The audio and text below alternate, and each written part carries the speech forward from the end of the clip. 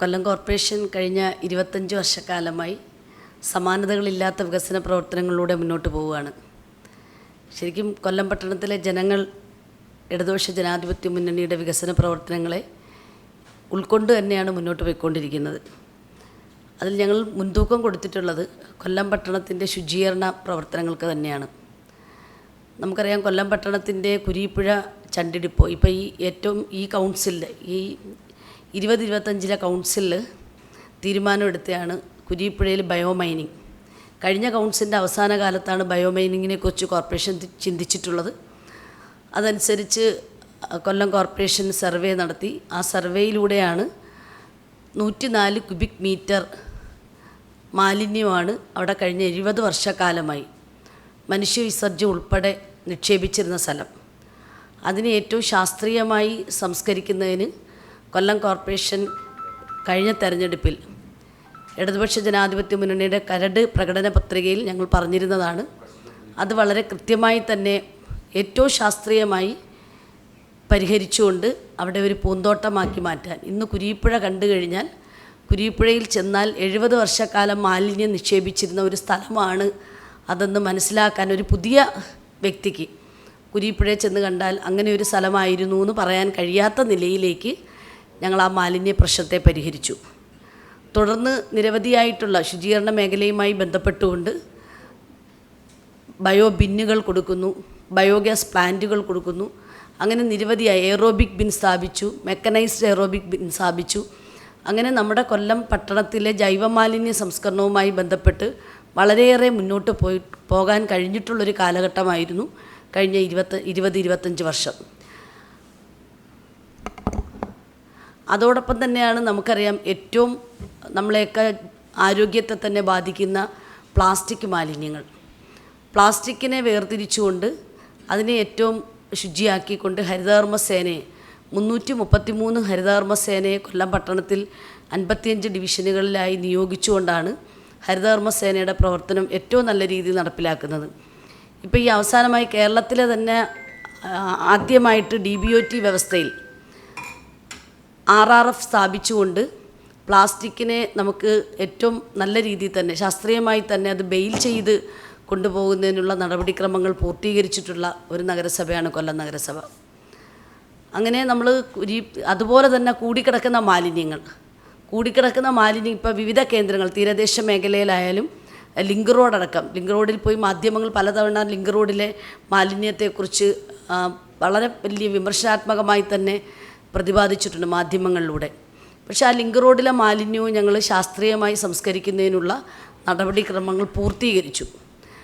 പുള്ളിക്കട ചേരിയിലോട്ട് ഇറങ്ങുന്ന ഭാഗത്ത് അതും വളരെ വർഷങ്ങളായി മാലിന്യം നിക്ഷേപിച്ചിരുന്നു ജനങ്ങൾ കൊണ്ടുവന്നു. അവിടെ നമുക്ക് പൂർണ്ണമായി മാലിന്യം മാറ്റാൻ കഴിഞ്ഞു. പോളയത്തോട്ടിൽ 25 വർഷക്കാലമായി പോളയത്തോട്ടിലെ കോർപ്പറേഷൻ ലാൻഡിൽ നിക്ഷേപിച്ചിരുന്ന മാലിന്യം അതും ശാസ്ത്രീയമായി തന്നെ ബെയിൽ ചെയ്ത് കൊണ്ടുപോകുന്ന പ്രക്രിയ നടന്നുകൊണ്ടിരിക്കുന്നു. തീരദേശത്തെ മാലിന്യങ്ങൾ നമ്മളിപ്പോൾ നീക്കം ചെയ്തുകൊണ്ടിരിക്കുന്നു. അങ്ങനെ മാലിന്യ സംസ്കരണ മേഖലയിൽ വളരെ വലിയ മാറ്റം നടത്തിക്കൊണ്ടാണ് കൊല്ലം കോർപ്പറേഷൻ മുന്നോട്ട് പോയിക്കൊണ്ടിരിക്കുന്നത്. നമ്മൾ ഏറ്റവും അനുഭവിക്കുന്ന പ്രശ്നമാണ് സീവേജ് ട്രീറ്റ്മെൻറ്റുമായി ബന്ധപ്പെട്ടുകൊണ്ട്. കക്കൂസ് മാലിന്യങ്ങൾ ഓടയിൽ ഒഴിക്കുന്നു എന്ന് പറയുന്ന നിരവധിയായ മാധ്യമങ്ങളുടെ വാർത്ത നമുക്ക് നേരിട്ട് ബോധ്യപ്പെട്ടിട്ടുള്ളത്. അത് പരിഹരിക്കുന്നതിന് ഞങ്ങളിപ്പോൾ തോട്ടിൽ ഫെൻസിങ് നടത്തിക്കൊണ്ടാണ് ആ പ്രശ്നത്തിനൊരു പരിഹാരം കണ്ടത്.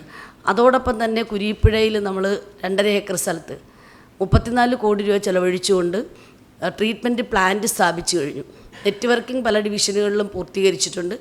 എന്നാലിപ്പോൾ 7 മീറ്റർ റോഡ് കുഴിക്കുന്ന ഒരു സാഹചര്യം വരുന്നതുകൊണ്ട് തന്നെ നെറ്റ്വർക്കിംഗ് സംവിധാനം പൂർണ്ണമായി നടപ്പിലാക്കാൻ കഴിയാത്തതുകൊണ്ട് ഈ കൗൺസിലിൻ്റെ അവസാന നാളുകളിൽ ഞങ്ങൾ വാക്വം ടെക്നോളജി എന്ന് പറയുന്ന പുതിയൊരു ടെക്നോളജി മനസ്സിലാക്കുകയും അത് പോയി കണ്ട് എല്ലാ പ്രതിപക്ഷ ലീഡേഴ്സ് ഉൾപ്പെടെ പോയി കാണുകയും അതിൻ്റെ സർവേ പൂർത്തീകരിച്ചു, DPR പൂർത്തീകരിച്ചു, കൗൺസിൽ എഗ്രിമെൻറ്റ് വെച്ചു. ഇതിൻ്റെ നടപടിക്രമങ്ങൾ വരുന്ന സമയം നോട്ടിഫിക്കേഷൻ അതുകൊണ്ട് നമുക്ക് തുടങ്ങാൻ കഴിഞ്ഞില്ല.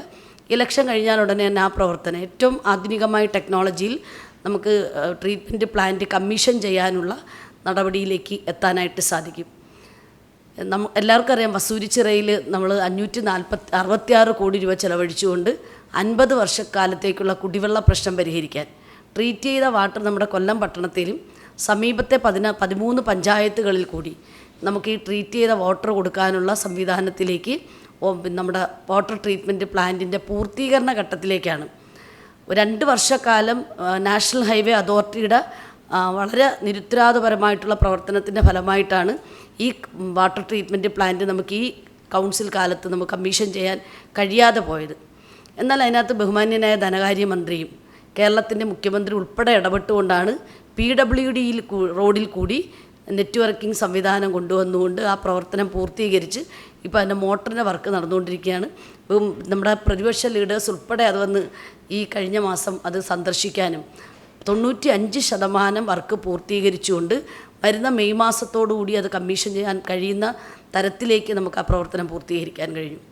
അഷ്ടമുടി കായലുമായി ബന്ധപ്പെട്ട് എല്ലാവർക്കും അറിയാം, ഏറ്റവും മാലിന്യം നിറഞ്ഞ അഷ്ടമുടി കായലിനെ കഴിഞ്ഞ ഈ കൗൺസിൽ കാലയളവിൽ ഏറ്റവും നന്നായിട്ട് തന്നെ ഡ്രഡ്ജ് ചെയ്ത് അവിടുത്തെ മാലിന്യങ്ങൾ കംപ്ലീറ്റ് മാറ്റി അവിടെ കിടന്ന പ്ലാസ്റ്റിക്കുകൾ മാറ്റി ഏറ്റവും മനോഹരമാക്കി നമുക്ക് കടവുകൾ ഉൾപ്പെടെ നവീകരിക്കാൻ കൊല്ലം കോർപ്പറേഷൻ്റെയും സമീപത്തെ 13 പഞ്ചായത്തുകളിൽ കൂടി ചേർന്നുകൊണ്ട് കടവുകളെ മനോഹരമാക്കാൻ സാധിച്ചു. 5000-ലധികം കുടുംബങ്ങൾക്ക് വീട് കൊടുക്കാൻ നമുക്ക് കഴിഞ്ഞു.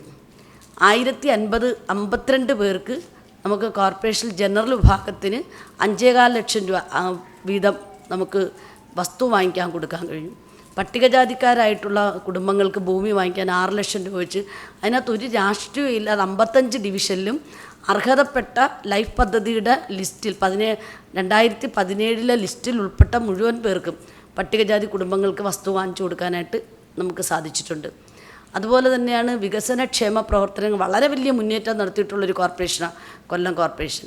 വയോജന സൗഹൃദ പട്ടണമാക്കി മാറ്റുന്നതിന് വയോജനങ്ങളെ സംരക്ഷിക്കുന്ന നിലപാടുകൾ സ്വീകരിച്ചുകൊണ്ട് വയോജനങ്ങൾക്ക് കട്ടിൽ കൊടുക്കുന്നു, വയോജനങ്ങൾക്ക് പൂരക പോഷകാഹാരം കൊടുക്കുന്നു, വയോജനങ്ങൾക്കായിട്ട് 80 വയസ്സ് കഴിഞ്ഞവർക്ക് ഓണപ്പുടവ് കൊടുക്കുന്നു.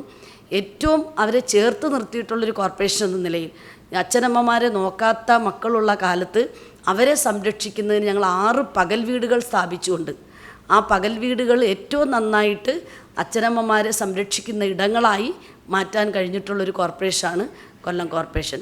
അതുപോലെ തന്നെ തറവാടെന്ന് പറയുന്ന സ്ഥാപനം കഴിഞ്ഞ കൗൺസിൽ കാലത്ത് ഞങ്ങൾ സ്ഥാപിച്ചതാണ്. ആ തറവാട്ടിലും ഇന്ന് അച്ഛനമ്മമാർ വളരെ സന്തോഷകരമായി അവരുടെ ജീവിതം കൊണ്ടുപോകുന്നതിനുള്ള സാഹചര്യങ്ങൾ ഒരുക്കി കൊടുത്തൊരു നഗരസഭ. ഭിന്നശേഷി സൗഹൃദ പട്ടണമാക്കി കൊല്ലം കോർപ്പറേഷനെ മാറ്റി. ഭിന്നശേഷി അപ്പോൾ സമസ്ത മേഖലയിലും ഇടപെട്ടുകൊണ്ടാണ് കൊല്ലം കോർപ്പറേഷൻ്റെ വികസന കാഴ്ചപ്പാടുകൾ ഈ പട്ടണത്തിലെ ജനങ്ങൾ ആഗ്രഹിക്കുന്ന നിലയിൽ നടപ്പിലാക്കിയെടുക്കാൻ കഴിഞ്ഞിട്ടുള്ള 25 വർഷക്കാലമാണ് ഇടതുപക്ഷ ജനാധിപത്യ മുന്നണി കൊല്ലം പട്ടണത്തിലെ പൗരാവലിക്കായി സമർപ്പിച്ചിട്ടുള്ളത്. ഭിന്നശേഷിക്കാർക്കായി അവർക്ക് ലോട്ടറി കച്ചവടം ചെയ്യുന്ന നിരവധി സഹോദരിമാരും സഹോദരന്മാരും നമ്മുടെ പട്ടണത്തിലുണ്ട്.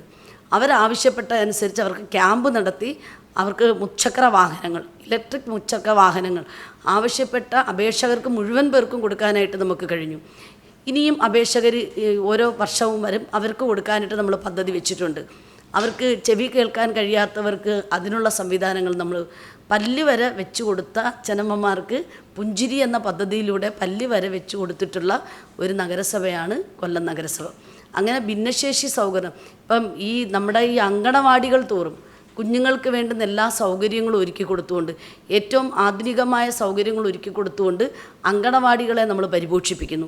അന്ന് വളർന്ന് ജനിക്കുന്ന കുഞ്ഞു മുതൽ ഉദരത്തിൽ ഉത്ഭവിക്കുന്ന കുഞ്ഞിനെ മുതൽ വാർദ്ധക്യം അനുഭവിക്കുന്ന അച്ഛനമ്മമാർക്ക് വരെ ഉള്ള പദ്ധതികൾ ആസൂത്രണം ചെയ്ത് നടപ്പിലാക്കുന്നതിൽ കൊല്ലം നഗരസഭ വളരെയധികം ദീർഘവീക്ഷണത്തോടുകൂടി ഇടപെട്ടിട്ടുണ്ട്. ആ പ്രവർത്തനങ്ങൾ ഞങ്ങൾക്ക് പൂർത്തീകരിക്കാൻ കഴിഞ്ഞിട്ടുണ്ട്. അങ്ങനെ ഒട്ടേറെ എണ്ണിയാൽ തീരാത്തത്ര 10 മിനിറ്റേ ഉള്ളൂ. ആ 10 മിനിറ്റ് കൊണ്ട് പറയാവുന്ന കാര്യങ്ങളാണ് ഞാൻ പറഞ്ഞിട്ടുള്ളത്. നിരവധിയായിട്ടുള്ള പദ്ധതി. അതിനകത്ത് ഏറ്റവും എടുത്തു പറയേണ്ടത് കൊല്ലം കോർപ്പറേഷൻ രാഷ്ട്രീയത്തിന് അതീതമായി കൊല്ലം കോർപ്പറേഷൻ്റെ 55 ഡിവിഷനെയും ഒരേപോലെ കണ്ടുകൊണ്ടാണ് ഞങ്ങൾ വാർഡുകളിൽ വികസന പ്രവർത്തനം നടത്തുന്നത്. അതിൽ റോഡുകൾ നിർമ്മിക്കുന്നതിലായാലും ഓടകൾ നിർമ്മിക്കുന്നതിലായാലും വീട് അറ്റകുറ്റപ്പണിക്ക് ആനുകൂല്യങ്ങൾ കൊടുക്കുന്നതിനായാലും വീട് വയ്ക്കുന്നതിനായാലും അവർക്ക് ഏത് ആനുകൂല്യങ്ങളായാലും ഈക്വൽ ഡിവൈഡ് അത് നമ്മുടെ 55 ഡിവിഷൻ്റെ ആവശ്യകതയ്ക്കനുസരിച്ച് അപേക്ഷകരുടെ ആവശ്യകതയ്ക്കനുസരിച്ചാണ് ആനുകൂല്യങ്ങൾ വിതരണം ചെയ്യുന്നത്. അത്രത്തോളം മുന്നോട്ട് പോകാൻ കൊല്ലം കോർപ്പറേഷന് കഴിഞ്ഞിട്ടുണ്ട്. കൂടാതെ തന്നെ നമുക്കറിയാം ഈ ഏറ്റവും ഇപ്പോൾ പട്ടണത്തിൽ ഇറങ്ങിക്കഴിഞ്ഞാൽ ഏറ്റവും വെളിച്ചമുള്ള ഒരു പട്ടണമായി കൊല്ലം പട്ടണം മാറുന്നു. അപ്പോൾ അത്തരത്തിലേക്ക് എല്ലാ 55 ഡിവിഷനിലും 300-ലധികം LED ഇപ്പം LED സമ്പൂർണ്ണ LED കൊല്ലം കോർപ്പറേഷൻ പോയിരിക്കുകയാണ്.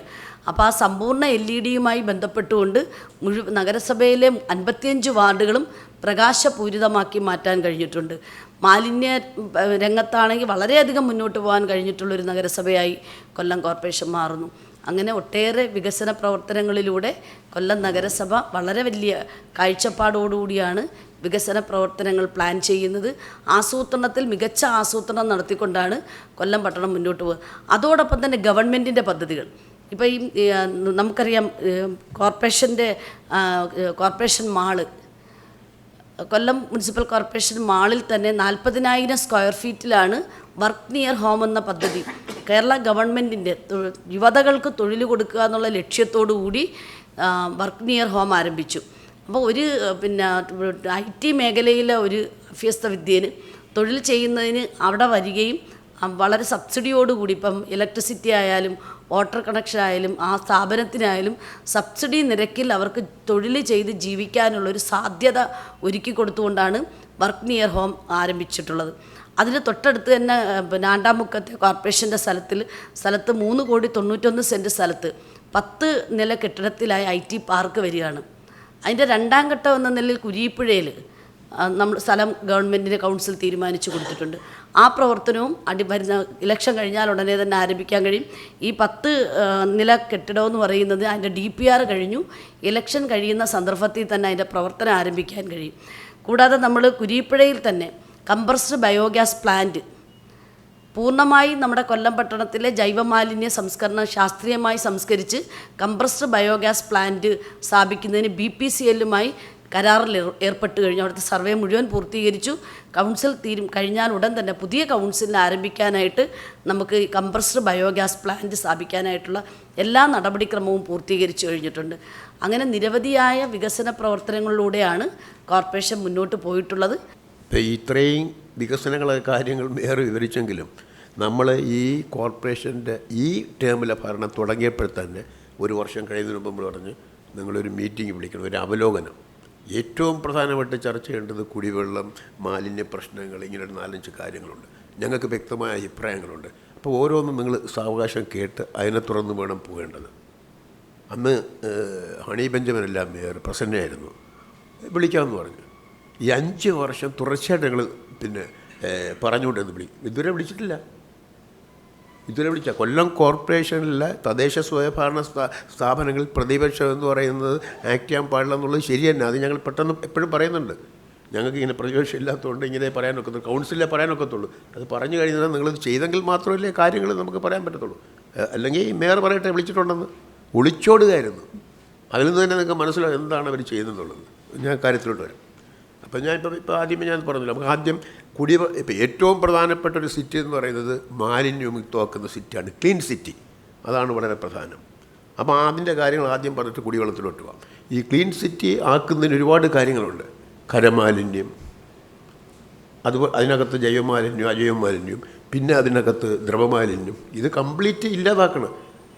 5 വർഷമോ 10 വർഷമോ 15 വർഷം കൊണ്ട് ഇല്ലാകത്തില്ലെന്ന് നമുക്ക് എല്ലാവർക്കും അറിയാം. 25 വർഷം അല്ലെങ്കിൽ 15 വർഷം എടുത്തോട്ട് മൊത്തം ഇല്ലാതാക്കാൻ. പക്ഷേ എൻ്റെ പ്രാഥമികമായിട്ടുള്ള കാര്യങ്ങൾ ചെയ്യാൻ തുടങ്ങണ്ടേ ഇപ്പോഴേ. അല്ലാതെ പിന്നെ അങ്ങനെയാണ് ചെയ്തു തീരുന്നത്. ആദ്യം അത് കുറേ വേസ്റ്റുണ്ട്. ഇപ്പോൾ ഈ ടൗണിലുള്ള വേസ്റ്റ് എടുത്ത് മാറ്റിക്കൊണ്ട് കളഞ്ഞിരിക്കുക. അത് മാലിന്യ സംസ്കരണമാണോ? അല്ല. നമ്മൾ സ്ഥിരമായിട്ട് പോകത്തക്കുള്ള അതാണ് ഞങ്ങളുടെ അടുത്ത് പറയുന്നത്. കഴിഞ്ഞ വർഷങ്ങളെല്ലാം പറയുന്നത്, ഇപ്പോഴും പറയുന്നതാണ്. ഇനി വരുന്നവർ ഇത് പാലിക്കാതെ കൊല്ലം സിറ്റി ഒന്നും ക്ലീനാകാൻ പോകുന്നില്ല. ഇപ്പോൾ തന്നെ ഇതൊക്കെ പറഞ്ഞു. എന്തെല്ലാം പരിപാടികൾ നടത്തിയെന്ന് അറിയാം. നമുക്ക് ആദ്യമേ ജൈവമാലിന്യത്തിന് ആദ്യം ഇവർ ഈ കൗൺസിൽ തുടങ്ങിയപ്പം എൻ്റെ അടുത്തുണ്ട് KSIDC ഒരു പ്രോജക്റ്റ് കൊണ്ടിരുന്നു. എന്തുകൊണ്ട് 200 TPD 200 ടൺ പെർ ഡേ സംസ്കരിക്കാനായിട്ട് വലിയൊരു കൺവേർജൻ്റ് വലിയൊരു പ്ലാന്റ് കുരിപ്പുഴ വരികയാണ്. ഇതുകൊണ്ട് എല്ലാം റെഡിയാണ്. ആദ്യം പറഞ്ഞാണ്. കഴിഞ്ഞ വർഷം ഈ വർഷം കഴിഞ്ഞ ടേം അവസാനിക്കുക 5 വർഷം അവസാനിക്കുന്നത് പറഞ്ഞാണ്. ഇപ്പോൾ ഈ തുടക്കത്തിൽ അത് വീണ്ടും പറഞ്ഞു. വരുന്ന കൗൺസിലർമാരുടെ ഇത് ഞങ്ങൾക്ക് ഞാൻ പണ്ഡിതന്മാരിൽ ഉള്ളതുകൊണ്ട് എനിക്കറിയാം ഇതെന്താണെന്നുള്ള കാര്യം. വരുന്ന കൗൺസിലർക്ക് ഇതൊക്കെ ഇപ്പോൾ ഉടനെ നടക്കുമെന്നും പറഞ്ഞിരിക്കുന്നത്. ഒന്നും നടന്നില്ല. നിരവധി പ്രോജക്റ്റുകൾ കൊണ്ടുവന്നിരുന്നു. ഈ പറഞ്ഞ മാതിരി തുമ്പൂർ മുടി മോഡൽ, അങ്ങനെ ഓരോ കാര്യങ്ങൾ, ബയോഗ്യാസ് പ്ലാന്റ്, ഇതെല്ലാം ഓരോ സ്ഥലത്ത് വെക്കുന്നത് കംപ്ലീറ്റ്. ഇതിനകത്ത് കൃത്യമായ ഒരു കണക്കുണ്ട്. അത് മനസ്സിലാക്കുന്ന 160 ടൺ മാലിന്യമാണ് ഒരു പെർ ഡേ കൊല്ലം കോർപ്പറേഷനിൽ ഉത്ഭവിക്കപ്പെടുന്നത്.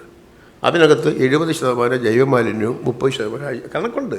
ആ കണക്ക് പ്രകാരം ജൈവമാലിന്യം 110 ടൺ 110 വേണ്ട 80 ടൺ വരെ സംസ്കരിച്ചാൽ ഏകദേശം നമുക്ക് ഒരു പരിധിവരെ വരും.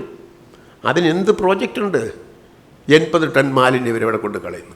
ഇപ്പോൾ ഒരു സൂത്രപ്പണിയും കൊണ്ടുവന്നിരിക്കുന്നു. ഇപ്പം പിന്നെ BPCL ഇതാ 150 ടൺ മാലിന്യം കൺവേർജ് ഒരൊറ്റ പ്ലാന്റിന് ഈ ഇവിടേക്കുള്ള എല്ലാ പ്ലാനും കൂടെ നമുക്ക് 110 ടണ്ണേ ഉള്ളൂ ഈ ജൈവമാലിന്യം.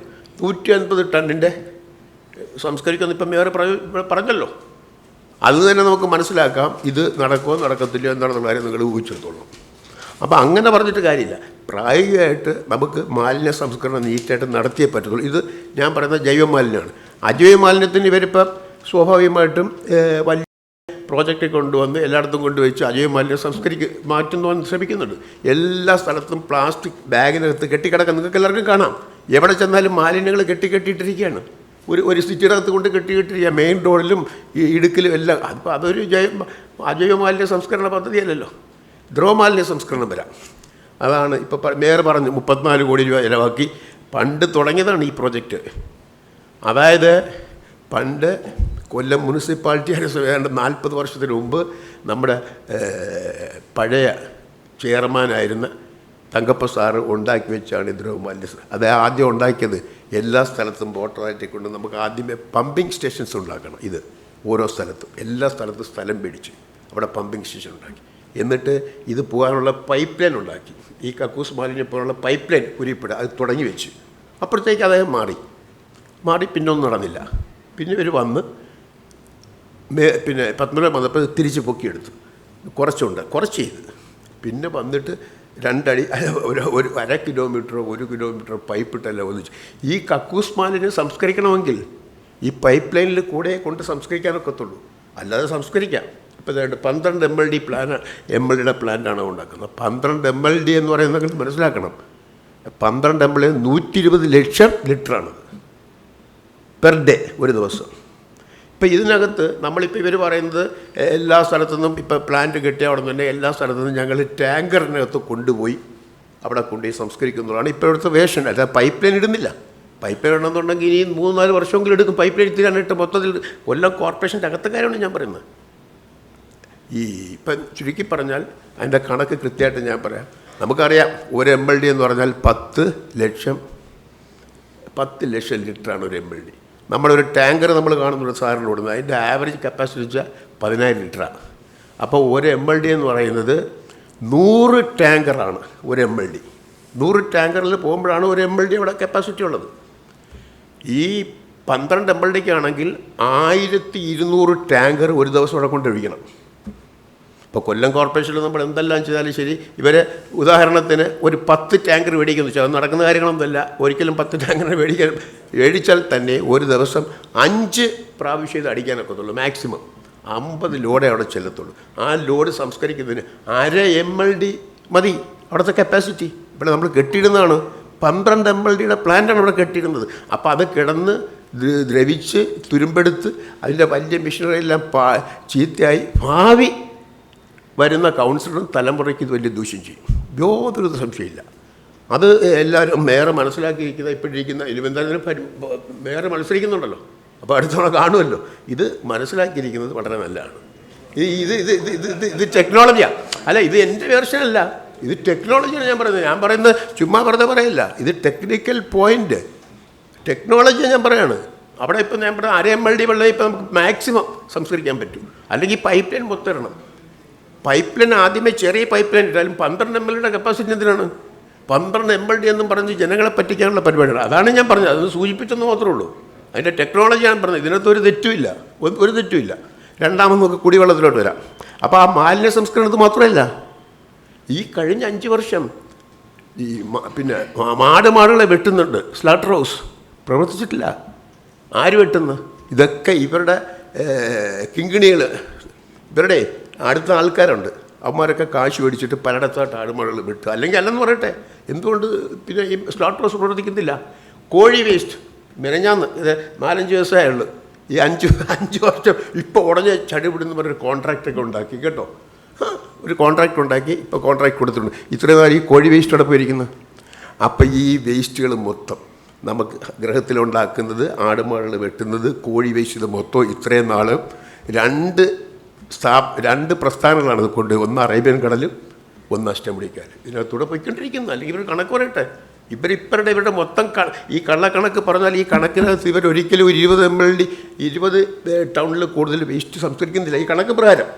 ബാക്കി 110 ടൺ 20 ടൺ പോയിട്ട് 80-90 ടൺ എവിടെ പോകുന്നു വേസ്റ്റ്? അവർ പറയട്ടെ.